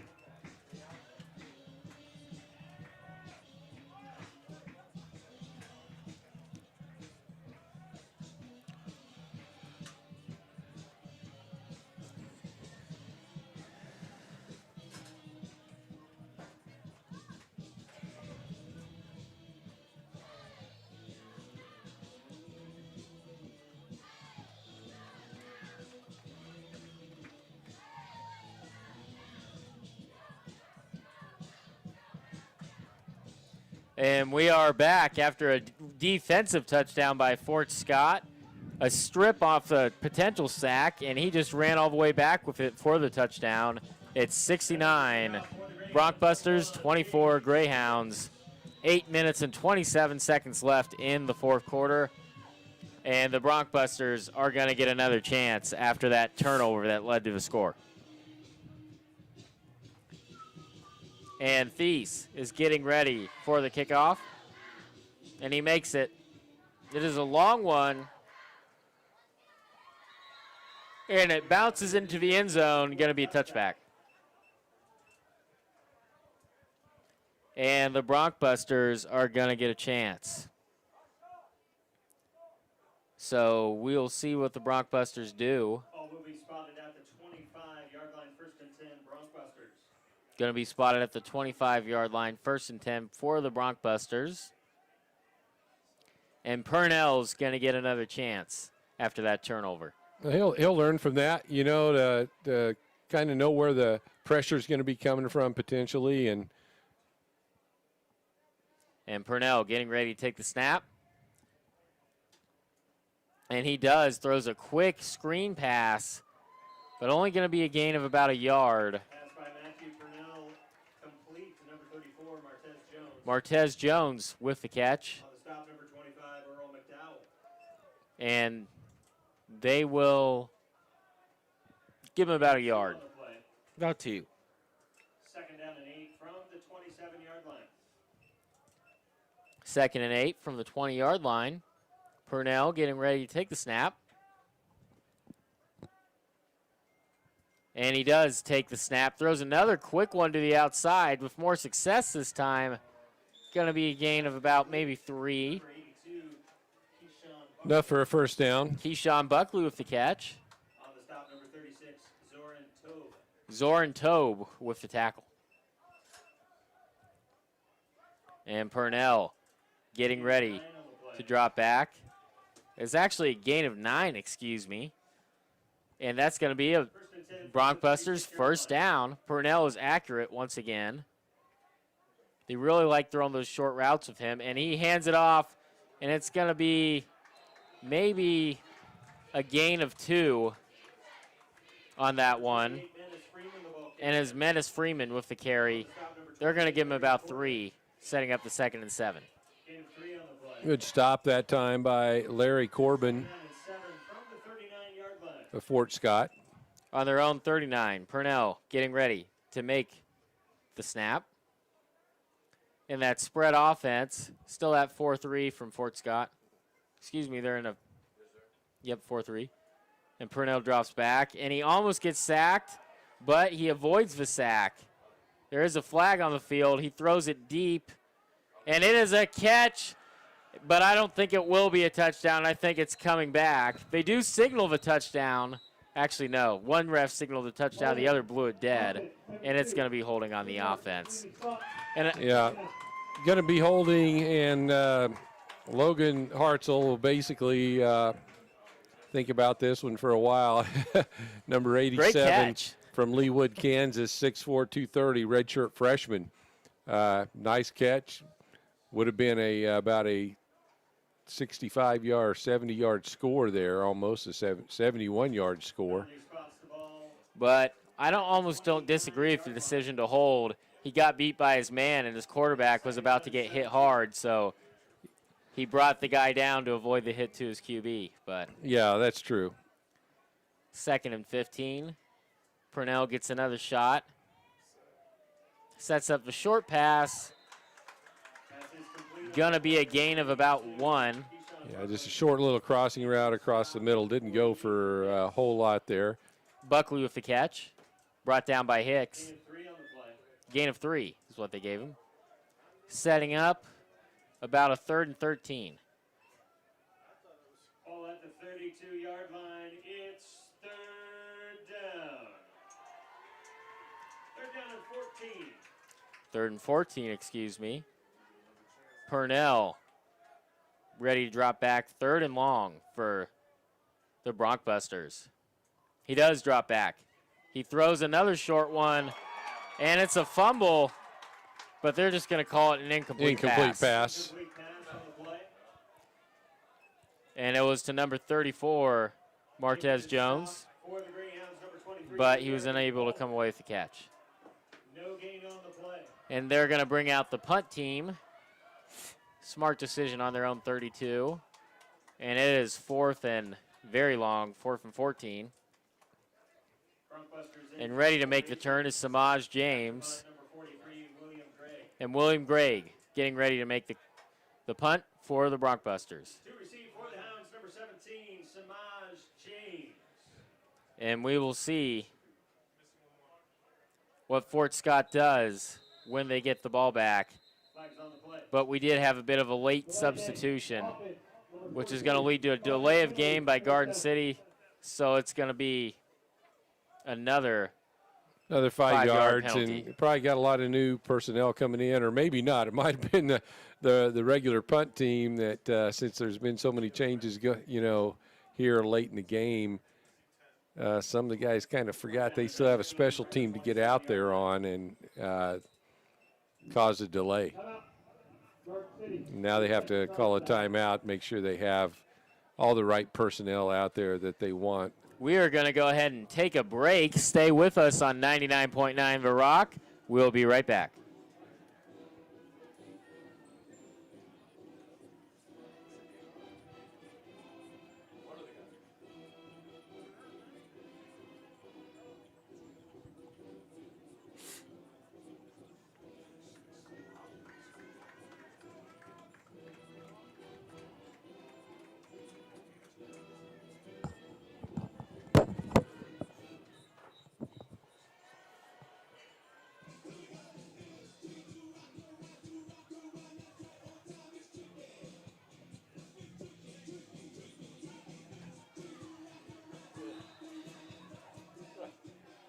Come back after this.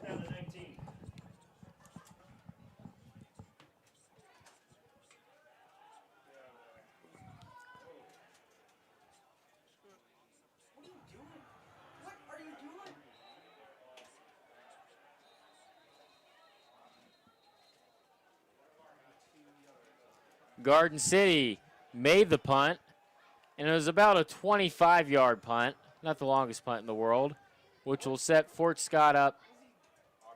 But Garden City did recover it, actually, and it is going to be the Broncbusters football.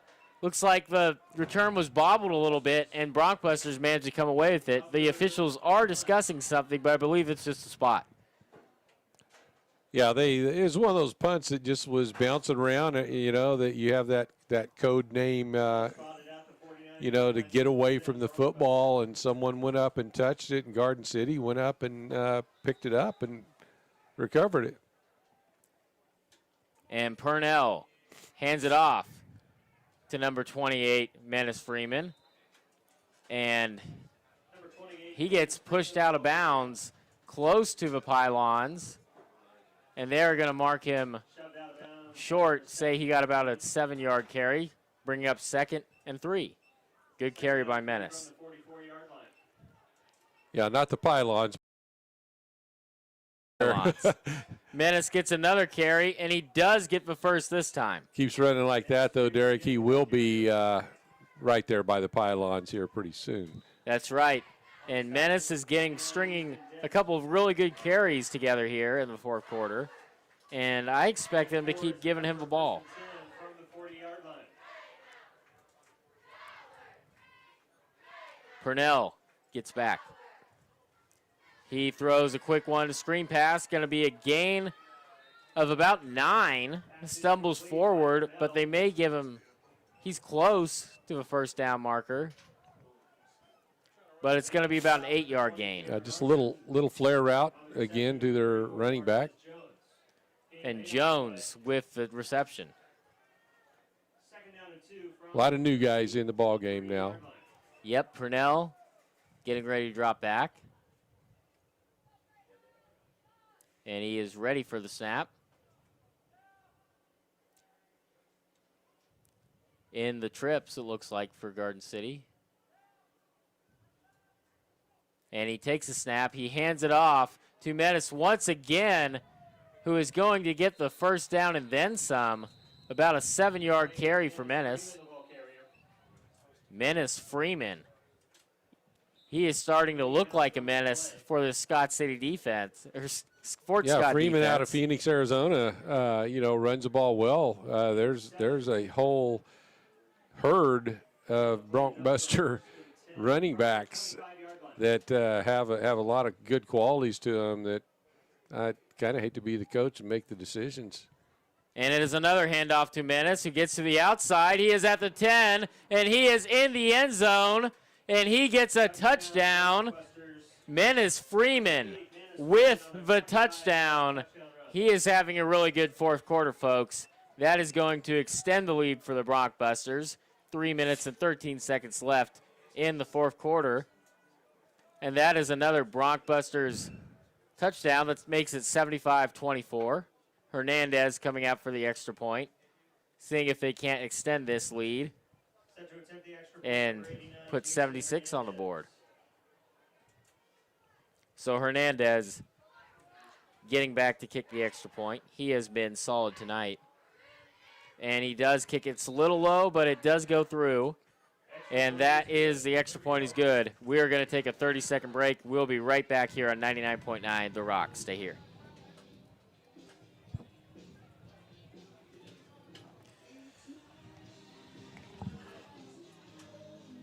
Are they the Tigers? What? Are they the Tigers? I thought they were the... No, they're not the Tigers. They're the Greyhounds. Oh. It says Tigers in their end zone. Yeah, this is the high school. Oh, so, okay. I thought... And we are coming back. Fort Scott 24, Garden City 76. And we are 3 minutes and 13 seconds remaining after the touchdown from Menace. And it was quite the touchdown run. What do you see from Menace on that run? He looked fast. Yeah, showed good speed. Once he gets to the edge, especially, he's tough to stop. He's got good size, good mobility, and shows a lot of good running back qualities that going to take him a long ways. Greg kicks it off, kicks it deep. Goes about to the 14-yard line. And it is return man William Hemsley making the return, and he takes it out to about the 28. Return taken to about the 28-yard line. And he is, and they're going to bring out that Greyhound offense. See who gets the nod at quarterback on this drive. Looks like yeah, it's still Ethan Detilio drops back, number 13, and he is going to get brought down for a sack. About 4 Broncbusters were back there, but it was 2 who managed to bring him down. And just had a lot of pressure up front. On the stop, number 99, by Sumalo. or from the it was front. Vi Samalo with the sack. Loss of 2 on the play. And it's a loss of 2. And that pressure hasn't stopped with, the 2s and 3s that are getting out there and getting some playing time. And he drops back. We have a flag, maybe another false start. And they may decline this, but I don't think they can. They blew it dead. So there will be no interception. But it would have been. Well, they said it hit the ground. Oh, it hit the ground. But that can be argued. But nonetheless, it's not going to count. Oh, the offsides is actually on the defense. No false start, excuse me. So that's going to move it forward. Penalty moves the ball to the 31-yard line. Going to be about 2nd and 7 after the 2-yard sack. So, DeTilio trying to string together another solid drive here for Fort Scott. He fakes a handoff with no running back there to fake the handoff to, and he takes off himself for about a 6-yard run. That's going to bring it to about 3rd and 1. Yeah, kind of a broken play there. Like you said, no running back to hand it off to or to fake the handoff to, whichever he was going to do, and was able to turn nothing into something. DeTilio dropping back on 3rd and 1. And we'll see if they opt for the run or the pass. He drops back, throws another short one, and they're all over that one. That is Gregory Thomas breaking up the pass. Solid effort from the Broncbusters. And that's going to bring up the 4th and 1. And Fort Scott is just going to keep the offense out there. I don't disagree. Give your guys some more reps. Ethan DeTilio, but they're going to call a timeout. And we are going to take a quick break on 99.9 The Rock. Stay right here.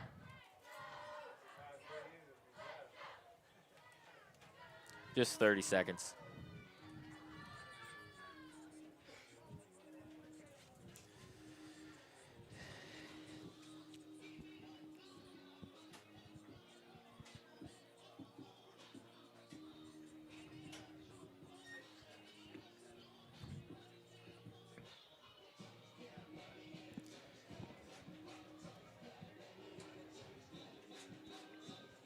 And we are back with some Broncbuster football on this Saturday night. 1:31 left in the 4th quarter. 76 Broncbusters, 24 Greyhounds.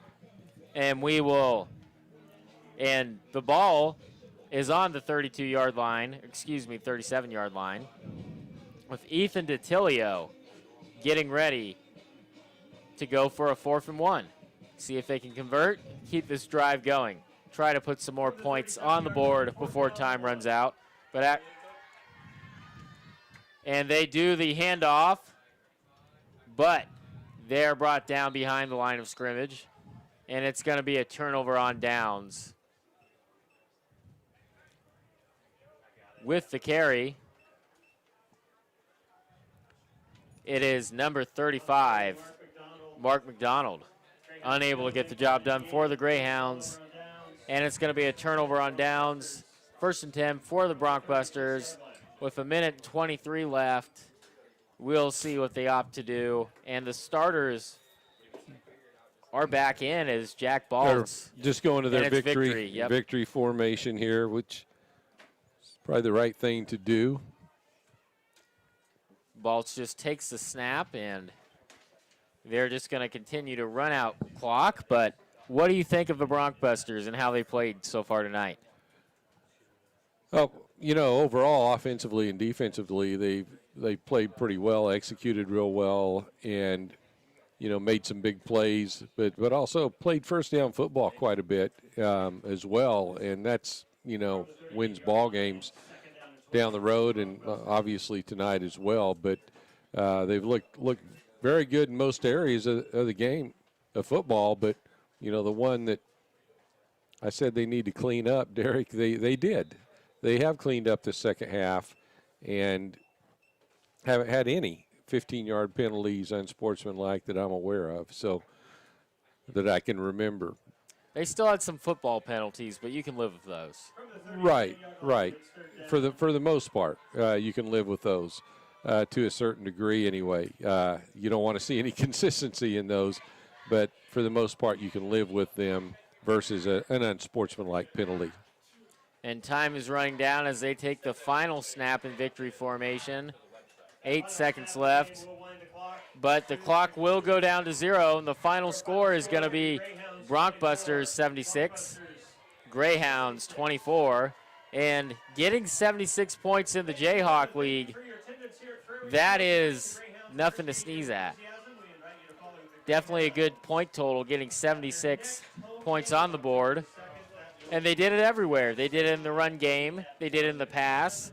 It was several quarterbacks who got the touchdowns, several running backs as well, about 5 different running backs getting the carries. And the defense, although, you know, they allowed 24 points, but a lot of that was in with the second team out and third team. And it was a great effort all around from the Broncbusters. Yeah, just a great effort by the Broncbusters. Really executed, like I said earlier, executed well. A lot of bright spots. They have, like you said, just some unbelievable running backs. So they've got really about 4 or 5 guys that they can go to at any time to go carry the load offensively. And tonight they all got to participate. Being still, it's 82 degrees now at 10:25 at night here on the east side of Kansas and in Fort Scott. And, you know, I think part of that's just being smart and giving guys a break. You know, with the game time temperature was 91, and it stayed 91, Derek, for pretty much 3/4 of the ball game. But really liked what I saw from Garden City offensively. Defensively, their pass rush is second to none right now. It was unbelievable. The pressure they put on the quarterbacks all night long was phenomenal. But, you know, the negative that I know Coach is going to harp on are penalties, and especially the unsportsmanlike penalties, which I know at halftime, I guarantee you it was not a happy locker room because the coaches were not happy about the penalties. And they came out the second half, and they had cleaned that up. And that was a must. That's a must not only in this game, but any game down the line. They've got to be a disciplined football team and not have those type of penalties.